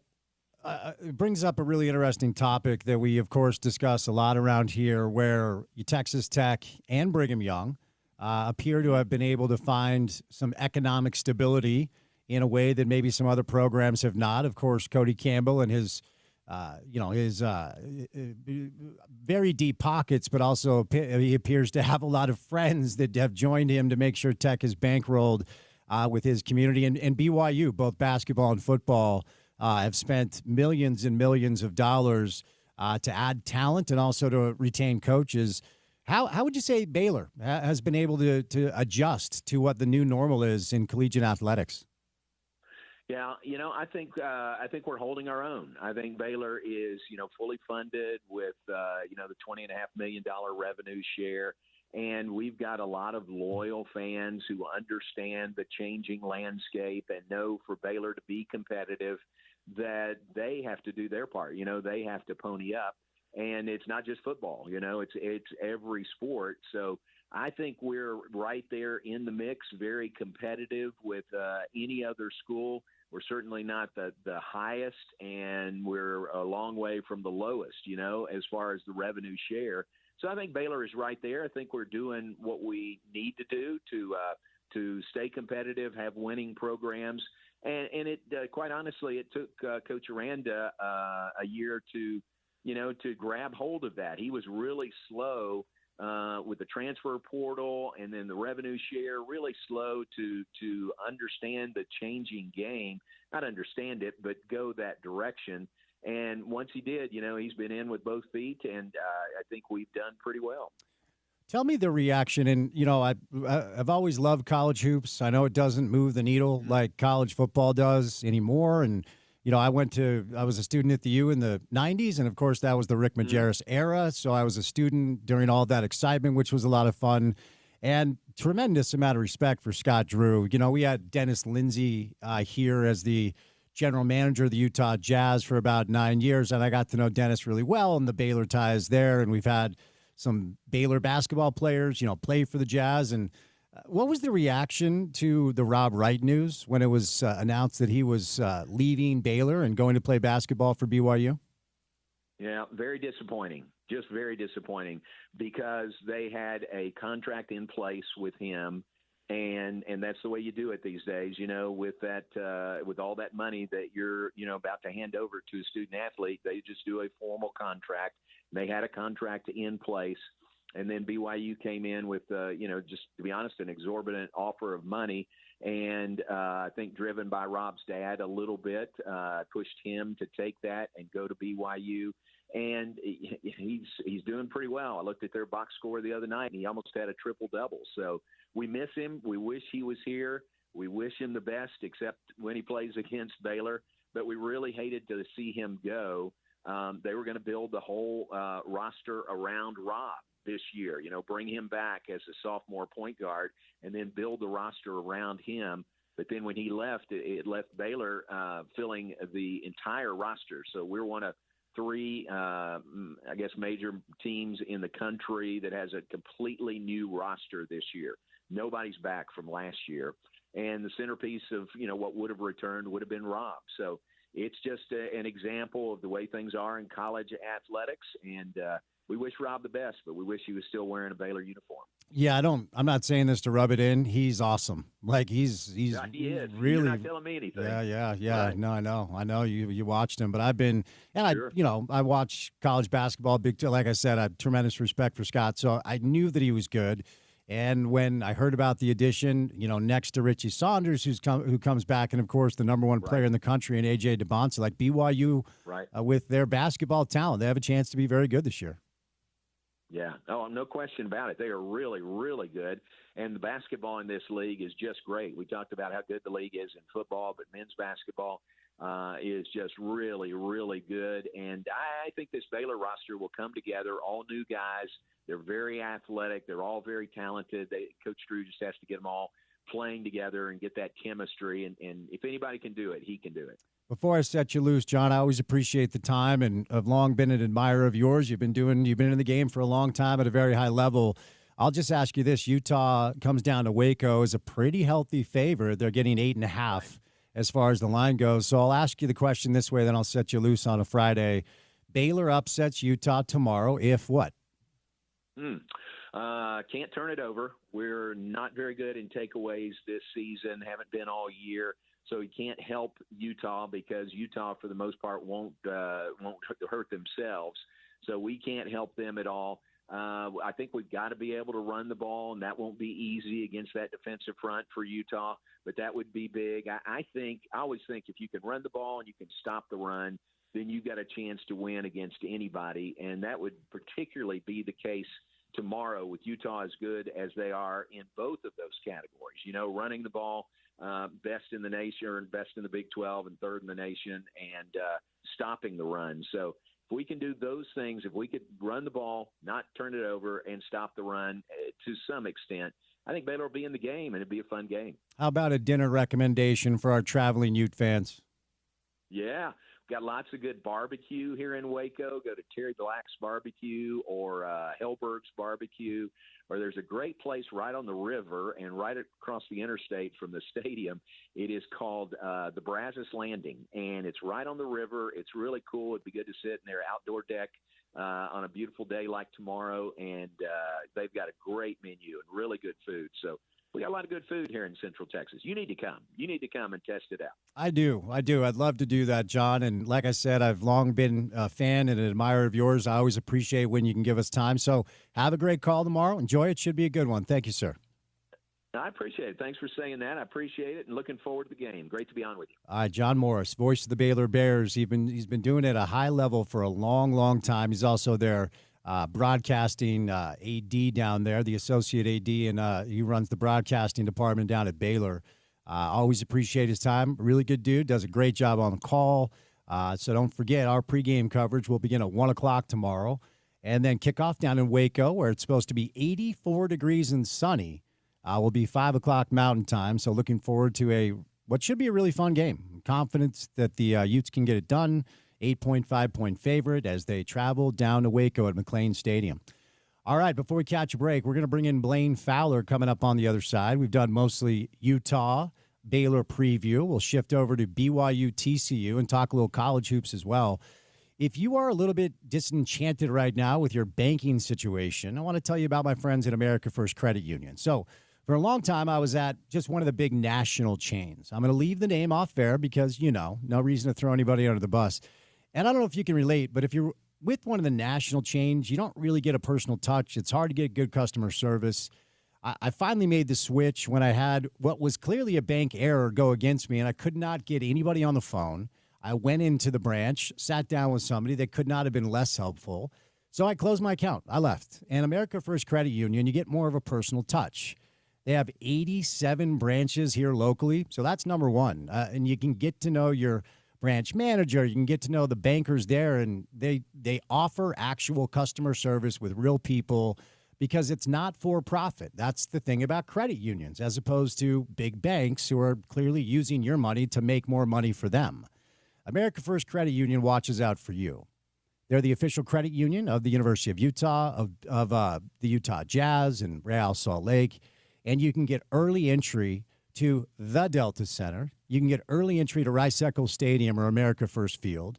You get great deals on tickets. If you've been trying to buy or sell tickets on the secondary market, you know what a pain that is. And then we almost had a Yusuf Nurkic triple-double last night. That's right. We almost did. He was 2 assists away. In the event that a Jazz player gets a triple-double, you're going to save 32% at the Jazz team store the day after that happens.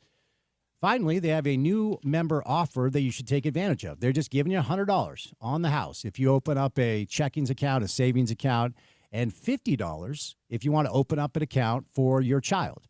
A teen savings checkings account, $50, never too early to teach your children how money works.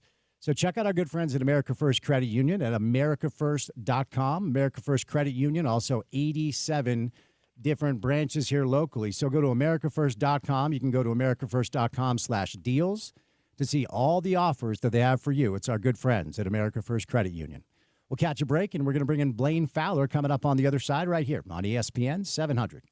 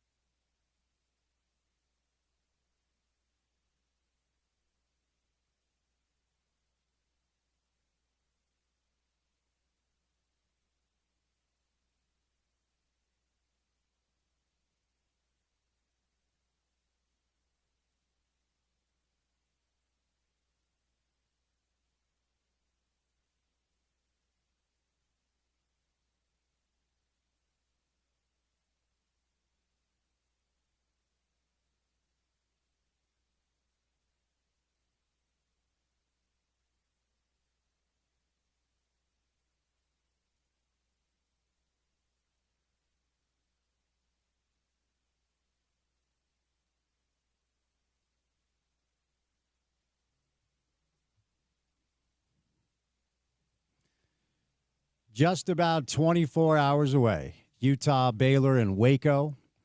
5 o'clock Mountain Time kick. Our pregame coverage will begin at 1 o'clock. And if timing works out, you can watch both Utah and BYU back-to-back, maybe. If Utah's game doesn't go super long, BYU welcomes in TCU. Tomorrow night, it's a late kick at Lavelle. BYU's very good at night down in Provo. 8:15 will be the kick time. Our next guest, you can watch him on the pregame show. You can watch him all over the place. He is the face of BYU TV. Blaine Fowler, it's time to just say it out loud. Wow, that's really nice of you. I don't know about that, but I'll take it. So the funny thing is, Spencer, like all the guys there call me Uncle B, like Spencer and Jeremiah, they call me Uncle B. And I was in Costco a couple weeks ago, and from behind me I heard Uncle B, and I turn around, and I'm looking, I'm like, who said that? And he's like, Uncle B, and I'm looking, I'm like, oh, and it was a guy that, I'm not kidding you, it had to be in his mid to late 80s, and he was calling me Uncle B, and I said, okay, I guess I better just embrace it when people, of all ages are calling me Uncle B. I'll take it. It's an endearing term, and I guess I'm just going to live with it. Well, what are your responsibilities? It feels like you have a ton of different, things that you do for both BYU TV and just the athletic department overall. How many jobs do you have, Blaine? In addition to my regular job in med device, right? Indeed. So this time of year is kind of busy because I'm doing After Further Review every Tuesday night. And then we do our Wise Guys podcast on Monday nights, which is independent. That's just Dave and my thing. And then we do pre and post game shows for football. I do pre and post game shows for basketball. And then Dave McCann and I do anything that's an ESPN Plus game that BYU is involved in. We do it for ESPN Plus. So we have like 9 of those this year. I did the North Carolina game, and I did the Holy Cross game, where we actually just call the game. So that I think that's probably. And then I fill in on Sports Nation. Like I hosted Sports Nation Tuesday this week, and then I was a guest on Tuesday, and I hosted on Thursday. But in the meantime, I'm trying to do my other job. Right? You know that it's crazy. Have you given my friend Dave McCann a hug for me lately? I did, and I said it's from Spencer, but he didn't hug me back that hard. Which yeah. I was like, what? What's that all about? And he's like, I'm just not that much of a hugger. Okay. All right. Well, if you could give him another. But he did say, but I do love Spencer. Okay. So he did say that. All right. Fair enough. I don't believe you. But anyway, we can move on from that, Blaine. You know what? I got to start here because I never thought I'd say coming up tomorrow, BYU and UConn in Boston. Like it's wild, man. So, ultimately BYU so far has remain clean and undefeated. It was a little bit of a test early on with a good, solid Villanova team out of the Big East, and a couple of games that the talent of BYU just overwhelmed Holy Cross and Delaware. But let's get into this matchup. UConn, the number 3 team in the country, obviously in the footprint where you and I both grew up in. And I've always said, if a school in the Northeast can just capture that footprint as far as the high school talent that is there, they have a chance to build an absolute dominant team. Now, Jim Calhoun did it a number of years ago at UConn, but it's been a while since UConn was UConn, and now they very much are, of course, with Coach Hurley. And I wonder what you make of this matchup and what it means for BYU to be playing in this game in that city. It's huge. And UConn, as you mentioned, with Coach Calhoun, they're a blue blood program. I mean, I think of UConn like I do North Carolina, Duke. They just don't have as long a history. But if I take recent, last 20 years, UConn is a blue blood. You have to talk about them with Duke, with North Carolina, with Kansas. So this is a huge opportunity for BYU. And BYU's come so far so fast with affiliation with the Big 12 and the hiring of Kevin Young, where they're going to go play a blue blood on the road, not really on the road. It's in the Celtics facility, which I think is really cool. But for all intents and purposes, is an away game. And people think, yeah, BYU can beat these guys. They match up okay, which is crazy to me that we're even saying that. And I did that North Carolina game. And when in my lifetime did I think I would do a BYU North Carolina game, neutral site in the Delta Center, right? But that BYU would be favored against North Carolina. So it's all kind of like unreal to me still that BYU has come so far so fast that they actually have a shot in this game. Now they're going to have to be better than they've been, obviously, much better than they've been. Defensively, I think they're already better than they were last year just because they're way more athletic. And I felt like in the second half of that game the other night, they started to play a lot more connected. Offensively, they're still trying to figure out who gets what shot where. Am I supposed to take this? Am I not supposed to take this? Eventually, this is going to be a very good shooting team. There's plenty of good three-point shooters. Kevin Young's recruited to that. I've been to practice. I watch them shoot. And in games, they have so many guys that can get 2 feet in the paint. I mean, you can't stay in front of Rob Wright. We've seen that no matter who they're playing. AJ can go any place he wants on the court. Richie Saunders is a great, guy that can go attack the front of the rim. So those guys on the outside, if they have the right spacing and they're confident and get set where they need to be and that ball comes out and they shoot it in rhythm and in confidence, this should be a three-point shooting team that I would think would shoot 37, 38% plus as a team, which would put them right up there. And if they do that, then all of a sudden all these things that people are talking about can come true. I'm not sure they're quite there yet. UConn's more experienced right now. I mean, Houston is a great, for instance, Houston's considered a national championship contender right now because not only are they really, really talented like BYU, but they have a bunch of veteran guys that had done it. The only shortcoming of BYU right now is that they just haven't played a lot of games together yet, and they don't have a ton of experience. Richie's a great guy to build around, but a lot of the super talent on this team is really young. And I believe Kevin Young will bring them along, and he's got this mentality, like an NBA mentality, where it's like, I care where we are. I talked to him. He's like, I care where we are right now. Don't get me wrong. But my main thing is I want to be really ready for the Big 12 season to start. And I love that we're playing all these tough teams. Win or lose, they're going to help us learn who we are and grow. And then I really care where we are in March because we want to make a run. And I think that mentality will serve him well as he builds this thing this year with this kind of talent. Here's my question about him, okay, when it comes to, because to your point, let's see where they're at in the spring. College basketball is so difficult to analyze, and it's also difficult to predict, Blaine. I mean, the tournament is a one-off, and some of the greatest teams in the history of this sport have not gone to Final Fours or have not won national championships. But when you look at the landscape of this conference, you reference Houston, and it's not just them. Is BYU physical enough on the glass? That's my only question. The talent's there, the three-point shooting is there, the guard play is there, the athleticism is there. And Kaba, who we had up here in Salt Lake, really against Nova was kind of a one-man wrecking crew, but Nova's got good size. BYU got hurt on the glass. Are they big enough and physical enough on the boards to survive in the Big 12? Yeah, I think a part of their struggle is rebounding basketball isn't because they're not built right. This I think you can, and that's why Cave has been good. Cave is now a veteran, right? He's been doing it long enough that he gets it. But I watched guys in that Villanova game, and you played basketball your whole life. When a shot goes up and you're on defense, you don't just turn around and go to the front of the rim, or you'll get offensive boarded on all game long, right? And I saw a lot of that early where these guys that are crazy athletic just turning and going to the front of the rim and expecting to get the board and not, instead turning and getting a body on a guy and blocking out and then going to the rim off of the block out and getting the board. And it's a work in progress. And Kevin Young acknowledged that they have got to get better, especially on the defensive glass.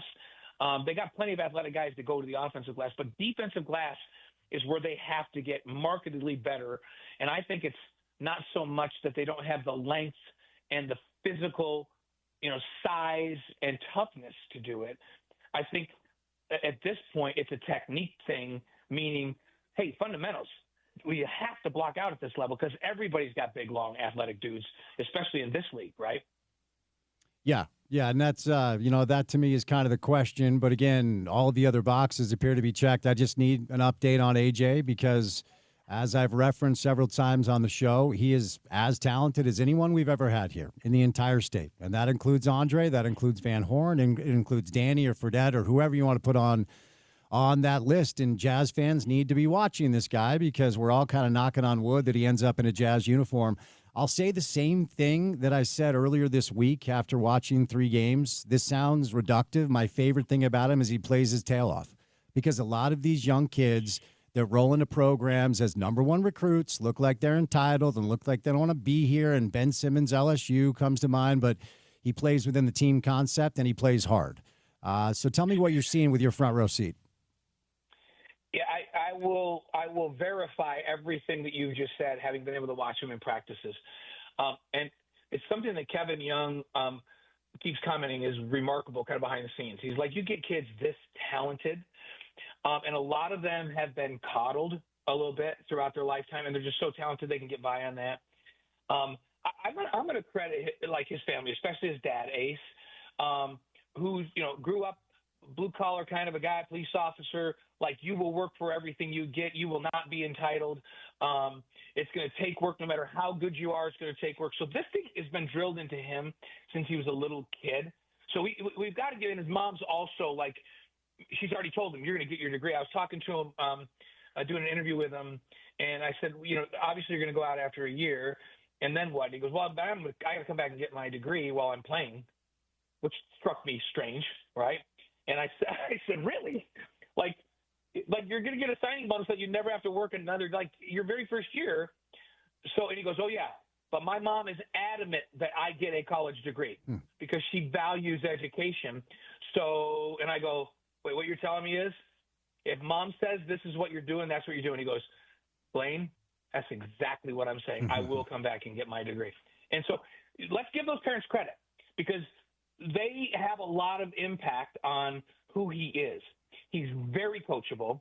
When you go watch him in practice, he wants to win every drill. He wants to set the tone. But he's also unbelievably complimentary of his teammates. And he helps them out. And my favorite drill I've seen in the last month, I was at practice, and they broke and did a 15 minutes of just one-on-one. Like, go pick a guy. And everybody at their own basket. And Richie and AJ saw each other across the court, and they went right over to each other like, let's go. Like, best against best, let's go.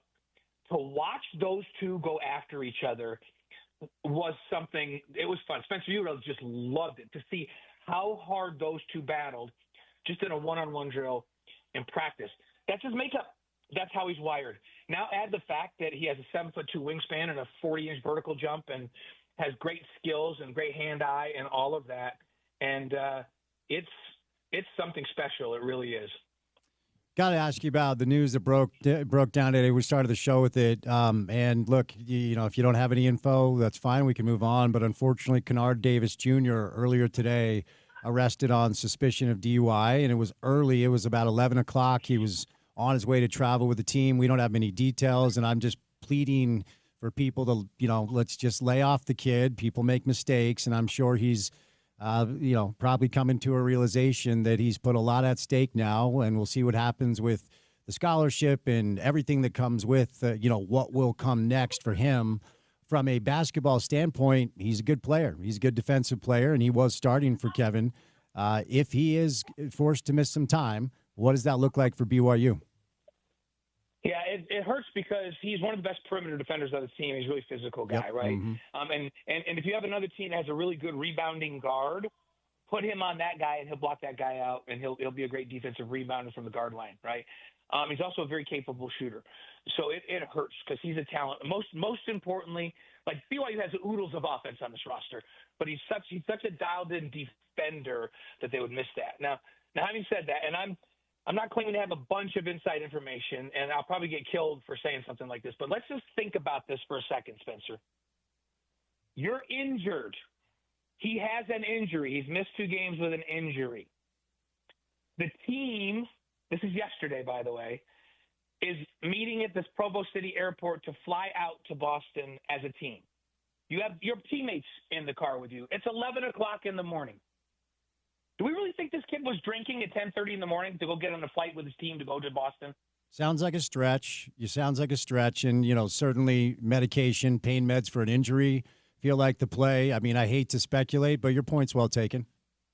Yeah, and so if I'm an investigative journalist, before I just go with it, right, I would be asking a lot of questions about the circumstances surrounding this, right?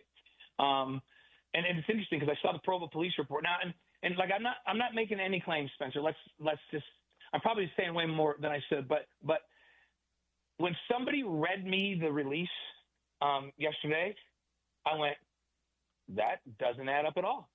Like, that doesn't make any sense to me. What about this? What about that? Who's asking these questions? No, everybody just published the police report.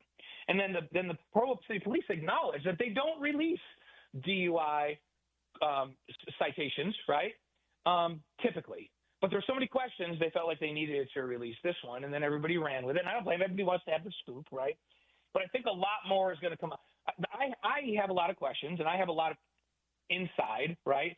But I still have a lot of questions. And I'm just saying, before we start getting all over this kid, let's figure out exactly what happened on this thing and give the kid a little bit of grace. Because people come up to me, well, he should probably be kicked out of school. It's an honor code violation. And I'm like, I don't know that. Do you know that? Did he have an honor code violation? I don't know that he did. And they're like, oh, yeah, that's a good point. And everybody's just really quick to judge, and so it's a very interesting. I would have, based on the circumstances alone, I still have a bunch of unanswered questions that need to be answered now. And we see this all the time, Spencer. BYU, they're risk averse, right? And they're typically, if something's pending and there's an investigation, they don't make a comment. But gosh, don't you think they could get out ahead of this somehow? You know, and like just kind of just say, hey, listen, there's some circumstances everybody should be aware of, and so that would help as well. So my take on it is, you know, I'm getting bits and pieces. I'm not gonna judge this young man at all until I have all of the pieces. And even if it's worst case scenario, you know, I think it's everybody's job to say, okay, you made a mistake. You're a young kid. Let us put our arms around you and help you if you truly want to succeed. You know, there'll be repercussions, of course, but I think we want to wrap around it. I hate that people it's almost like they relish, not you or me or our friends, but there are people out there that relish in a young man making a mistake, right? So I probably said way too much on that, right, Spencer? But yeah, I just feel like there's a lot of unanswered questions that if I was investigating this story, which I'm not, other than on my own, I would be asking and trying to figure out before I made any conclusions from it. And you know that I'm in lockstep with you. And, you know, whether it's Ute fans taking a victory lap or BYU fans, you know, casting judgment, like I hope that he's met with kindness and grace and forgiveness. And look, I've never been one that believes in a heavy-handed punishment. And I understand that the BYU experience is different than it is everywhere else, but you played for Lavelle, and he often has been kind of held in reverence for the way he would handle situations such as this, honor code violations, and, you know, not necessarily having that heavy-fisted, heavy-handed approach as opposed to, you know, maybe embracing people that weren't necessarily doing all the things that they should be doing, because breaking news, none of us do that, Blaine. None of us do that. Right. And Spencer, you and I have known each other so long. Like, I know how you think. You think just like I do on this, and you've just stated that. And the thing that people don't understand, yes, it's big, huge money these days in NIL and all of this. But, you know, like you and I know Kyle. I know Kyle well. We live together, Kyle Whittingham. I know Morgan really well, who's going to be the head coach up there. I know Kalani. I've known him since he was a little kid. These guys all feel just like Lavelle used to feel, and that is, I have a bigger responsibility than just putting kids out on a football field. Like, some of these kids we're bringing in from tough circumstances, and this is an opportunity to change young men's lives. They still believe that. Those guys all still believe that. Jay Hill believes that. I'm around these guys enough to know that they think they have a more, you know, like a little bit of a higher call than just putting great football teams out on the field. Now, they know if they don't do that, they're not going to have a job. But there's this secondary thing that I think brings these guys a tremendous amount of gratitude, you know, tremendous amount of self-satisfaction that listen, we're going to change these kids' lives. That's what we're going to do. We're going to give them a forum to get better, to get out of circumstances that they were in, to be better men, to go out there and be great contributors to the community. These guys, I believe it or not, and you don't see it because it gets done behind the scenes. They wholeheartedly believe in that at both of our great institutions in this state. So, and you know what? And I know Bronco great too, and he wants the same thing at Utah State. And so there's that underlying thing. And then I think the fans sometimes, we get caught up in the rivalry. Like I don't want to see any of these kids hurt or have to experience something bad like this.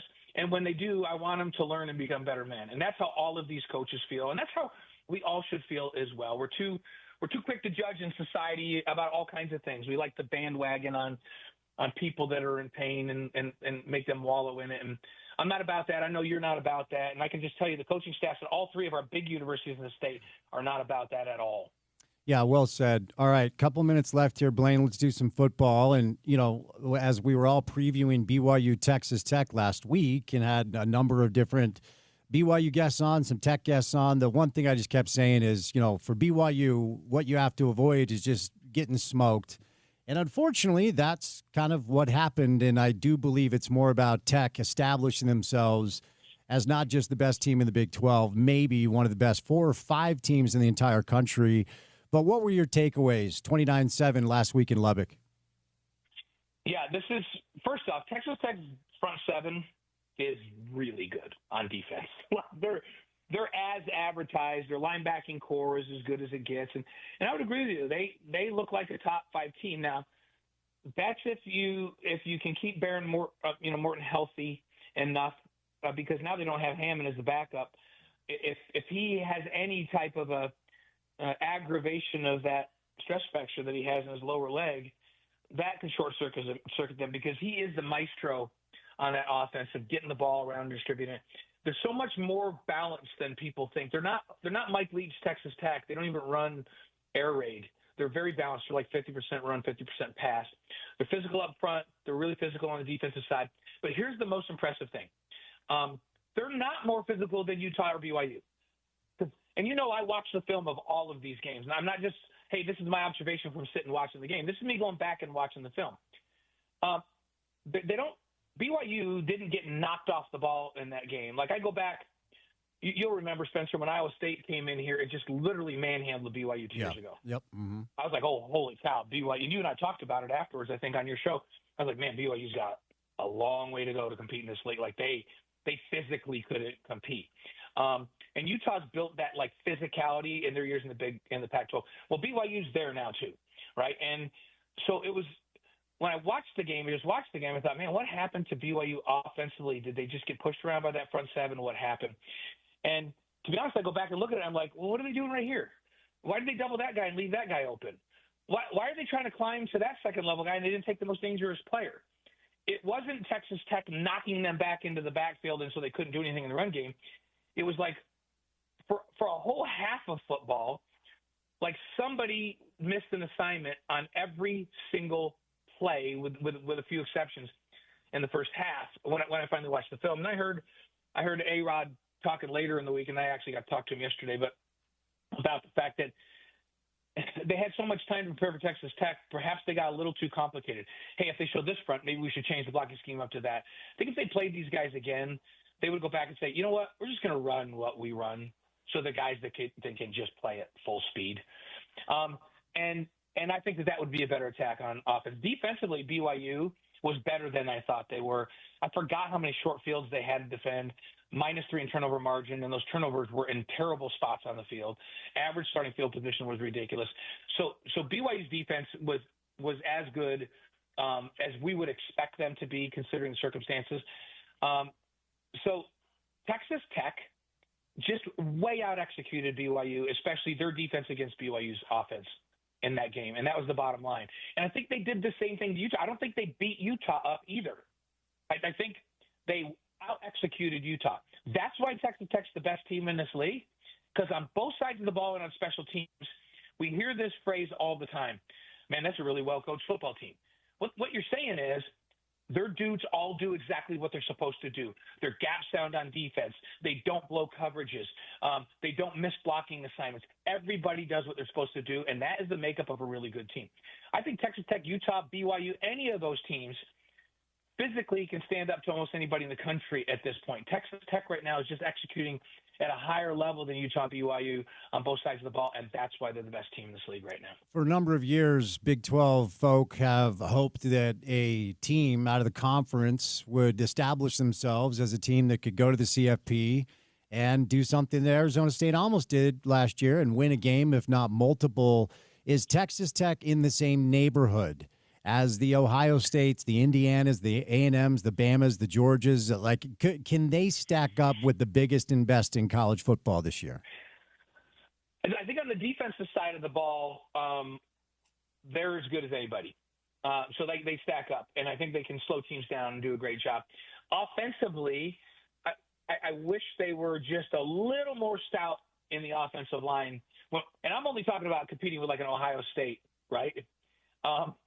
It's almost like Ohio State's in a class by itself right now, and I know Indiana's close. Indiana's just they're so explosive that but I think Ohio State's the most physical team in the country on both sides of the ball, and it's hard for anybody to match up with them. But I do think Texas Tech can match up with them as well as any of those others that you mentioned at this point. So, yeah, and is this sustainable for them? I mean, they have a really unique and talented group of players, especially on the defensive side of the ball right now, that all seem to just be playing unselfishly.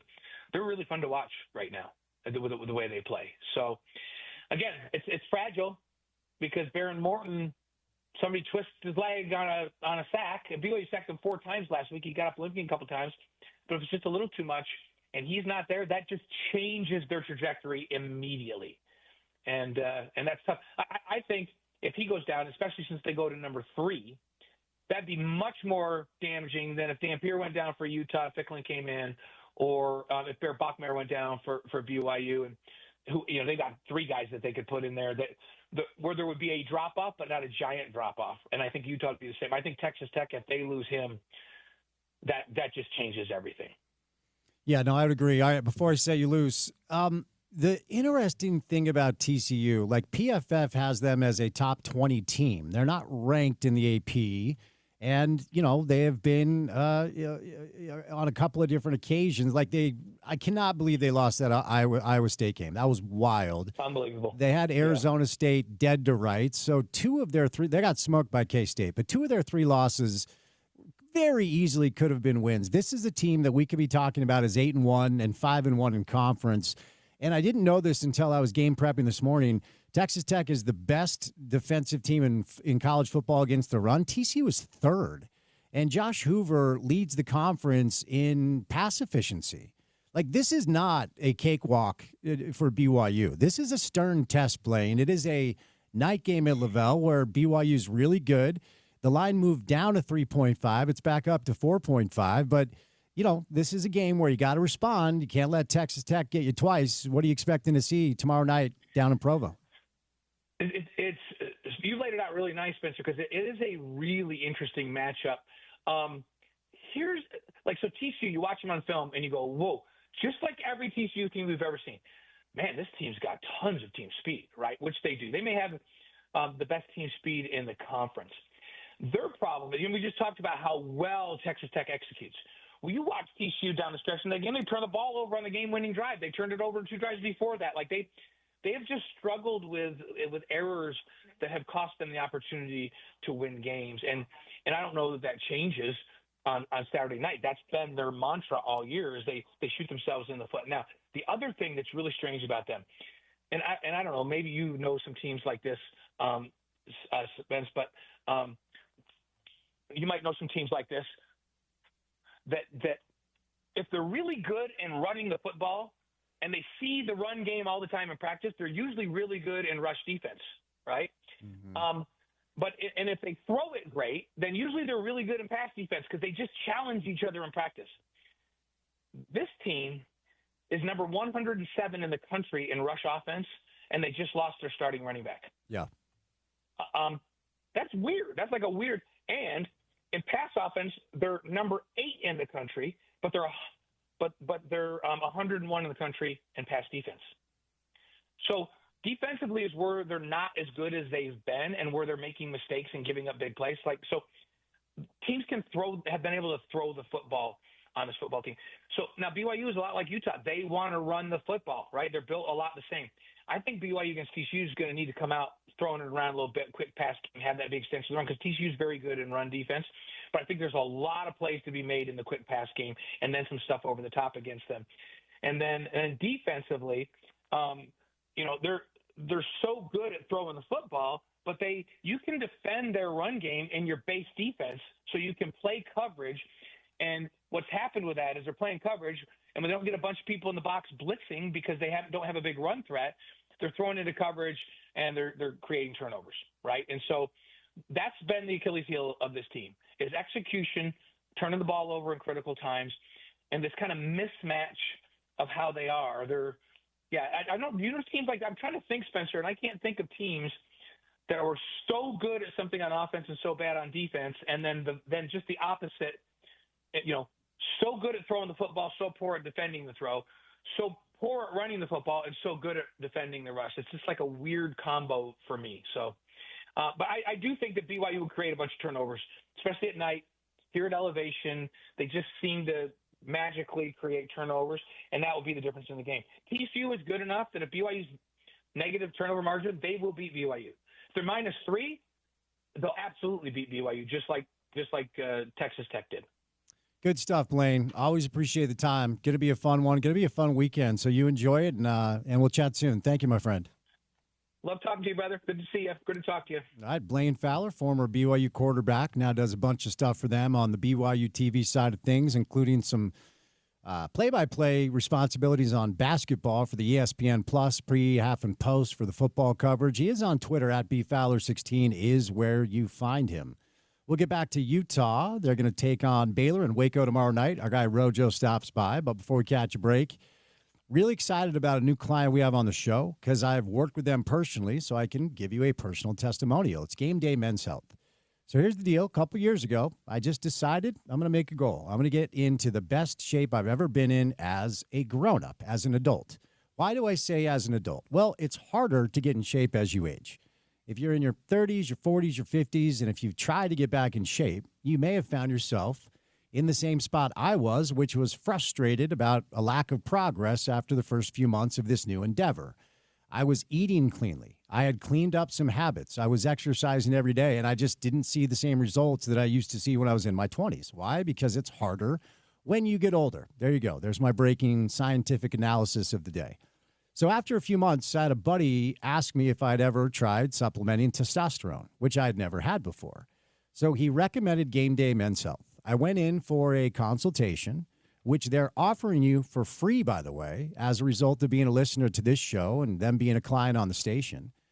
What is a consultation? A little bit of blood work. Doesn't take much time at all. Then they sit down with you and they go over your levels and they discuss where you might be low and how their products could potentially help you. Well, for me, that was testosterone. So I started supplementing testosterone. Then I started utilizing their peptides. And within 3 months after that, I was really at my goal. I was in the best shape I had ever been in as a grown-up. The kids call it biohacking. And these are products once upon a time that were saved for rich people or high-level athletes, professional athletes, or celebrities. Well, that's not the way it is anymore because it's very, very affordable. Is your libido low? Well, this will solve that too, and I'll just leave that there. Okay, so here's the deal. Bottom line, holidays right around the corner, okay? So we got to be a little bit careful here as far as the eating and the drinking and the gluttony that comes from November and December. Go to GameDayMen'sHealth.com. Schedule the consultation, which, again, is free as a result of them being a client on the show. Make sure you tell them you heard me talking about it. But here's the kicker. Here's what makes this deal amazing. They are giving you 50% off of your first year of membership, which makes this insanely affordable. It's the same deal they give me. Okay, they've got 4 locations all across the Wasatch Front. I go to the one in Cottonwood Heights, but they've got a couple down south, a couple up north. So they've got semaglutide, they've got tirzepatide, all the weight loss products you're hearing about when your aunt shows up to Thanksgiving dinner and she's 75 pounds lighter. She's probably doing that, but it works. So GameDayMen'sHealth.com is where you go, GameDayMen'sHealth.com. Schedule a free consultation, get 50% off your first year membership. It's our good friends at Game Day Men's Health.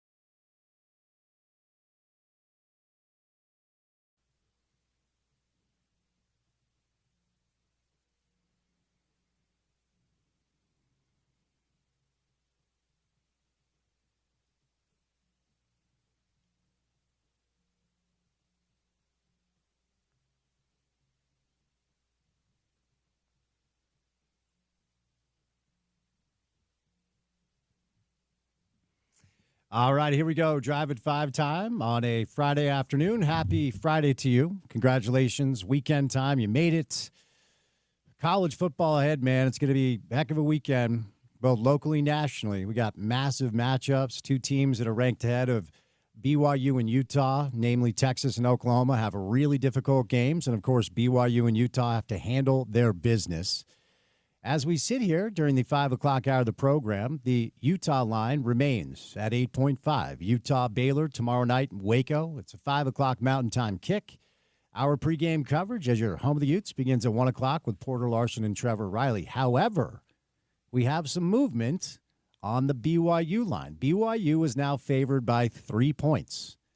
This is FanDuel. This is ESPN Bet. This is DraftKings. It's also the Vegas Insider website. BYU is now only favored by a field goal over TCU tomorrow night in Provo. It's an 8:15 kick. And, of course, BYU is very good at night at home.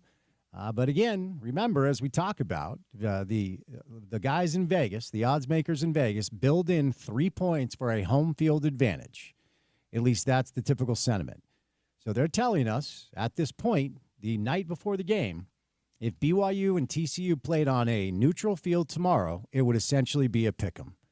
So some interesting stuff there. The Utah Jazz lost to the Atlanta Hawks last night. Quinn Snyder was in town, former coach of the Jazz. He had some very nice things to say about Alex Jensen. We played those for you on the show earlier today. We get a little Utah Mammoth hockey tonight as the Islanders are in town to take on the Mammoth. And the Week 11 slate of pro football got going last night as the New England Patriots took care of the New York Football Jets, a pathetic excuse for a pro football franchise, 27-24. We got college hoops on tap this weekend.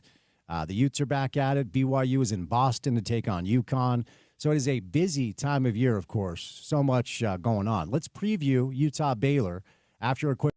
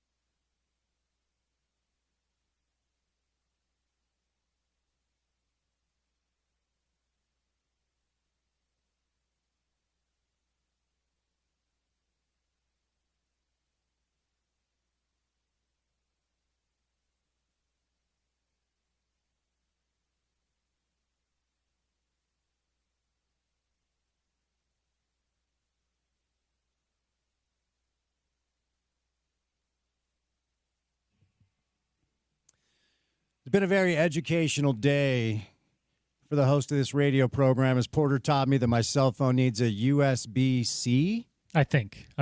Don't quote me on that, just to be clear. Well, my two options were USB-C and... It's not the Lightning. It's the other one. It's the newer one. It's the newer one. Well, the good news is I was able to charge my cell phone in studio, so that's good. There you go. All right, I think tomorrow's shaping up to be the final golf day of the year. I mean, if you're soft. Well, I mean, look, I'm happy to play. Here's my criteria. Mm-hmm. It's got to be above 50 degrees and not raining like it can't be pouring cats and dogs. If it's cold in less than 50, you're getting cold. Yeah, I mean, look, I'm wet in less than 50, I should say. I'm fine playing in chilly conditions. Like, it's not going to be super warm tomorrow, but my criteria is above 50 and not crazy raining, and I'm good. So tomorrow we're looking at potentially 63 degrees. That's your high. So I will tee it up one last time because it looks like we are getting rain and snow next week. So are you going to take advantage of what looks to be the final semi-warm day of the year? We'll see. There's a lot of good football tomorrow. I might be watching the gridiron like all day, whether it's college football, of course, BYU, Utah in action. My South Summit Wildcats competing for a state championship. Shout out. Who do they have? San Juan, who I got a kid I used to play against who is down there coaching them now. Okay. Has won like all the state championships the last several years. So really? It's kind of a thing. Hoping to knock him off his pedestal. So are they favored to win? Yeah, San Juan hasn't lost like a 2A game of note in several years, I think. What's the South Summit mascot? Wildcats. Shout out Wildcats. Go Big Green. Get it done, boys. Fight white. Get it done. All right, we'll let Porter save his prediction for the pregame show. Don't forget our coverage for Utah football begins at 1 o'clock tomorrow. Porter Larson and potentially Trevor Riley, unless he's fighting crime on Oahu or something, because you never know. I am going Utah 38, Baylor 20. Okay. Utah 38, Baylor 20. That's slightly below the 60.5 points. That feels a little high for me, but I think Utah covers. The more and more we've dug into this matchup, as we've talked about today, Baylor not good against the run, the 6th worst PFF run defensive grade. Utah is one of the best rushing teams in the country, the best rushing team in the Big 12. The stat of 3.1 yards before contact per carry continues to be hilarious. So I'm taking Utah 38, Baylor 20. What do you think? I dig it. I dig it. Like you mentioned, I'll do my actual pick tomorrow, but I will say, tune in because I was 1 total point off of the Cincinnati score. Ooh. Okay, there you go. And I'm going to say BYU gets it done in a very close game. I'm thinking BYU 31, TCU 28, thereabouts. I'm along the same lines as you there. That being said, TCU is... They're sneaky, man. They're sneaky in a way that this conference has not been talking about them as one of the teams that can win it, understandably so. They can make noise, though. And I think matchup-wise, it's somewhat problematic for the Cougars. Yeah, night games, Lavelle Edwards Stadium, that place gets wild. There's a lot of chocolate milk consumed, a lot of cougar tails, so people getting out of control. Utah basketball back at it. BYU taking on UConn in Boston. We got Jazz Hoops, Mammoth Hockey. A lot going on this time of year. Porter, let's get our weekend started. What comes our way on a Monday show? On a Monday edition of The Drive, our weekly conversation with our friend Scott Mitchell, recapping the Baylor matchup. Stevenson Sylvester will stop by the program. I'll be up on the hill with Kyle Whittingham for his weekly press conference. And I hope we're going to check in with our friend and talk some CFP maybe with one Yogi Roth. We'll check in on that on Monday. Triumphant return of Yogi Roth to the program. Always appreciate his time. Big weekend ahead, college football, pro football. You guys enjoy it. And we'll talk to you on a Monday show. Special thank you today. Well, not Dave McMenamin. He is on the naughty list now. But to Robert Johnson, to Paul Pugmire, John Morris, and Blaine Fowler, if you miss any of the show, go to the website. It's ESPN700sports.com. Download our mobile app and take us on the go. That ESPN 700 app is available in the App Store for free, Google Play Store as well. And then check out our podcast page. We call it The Drive with Spence Checketts. That's available wherever you get shows. Subscribe, rate, review, say nice things in the comments, and give us all the stars.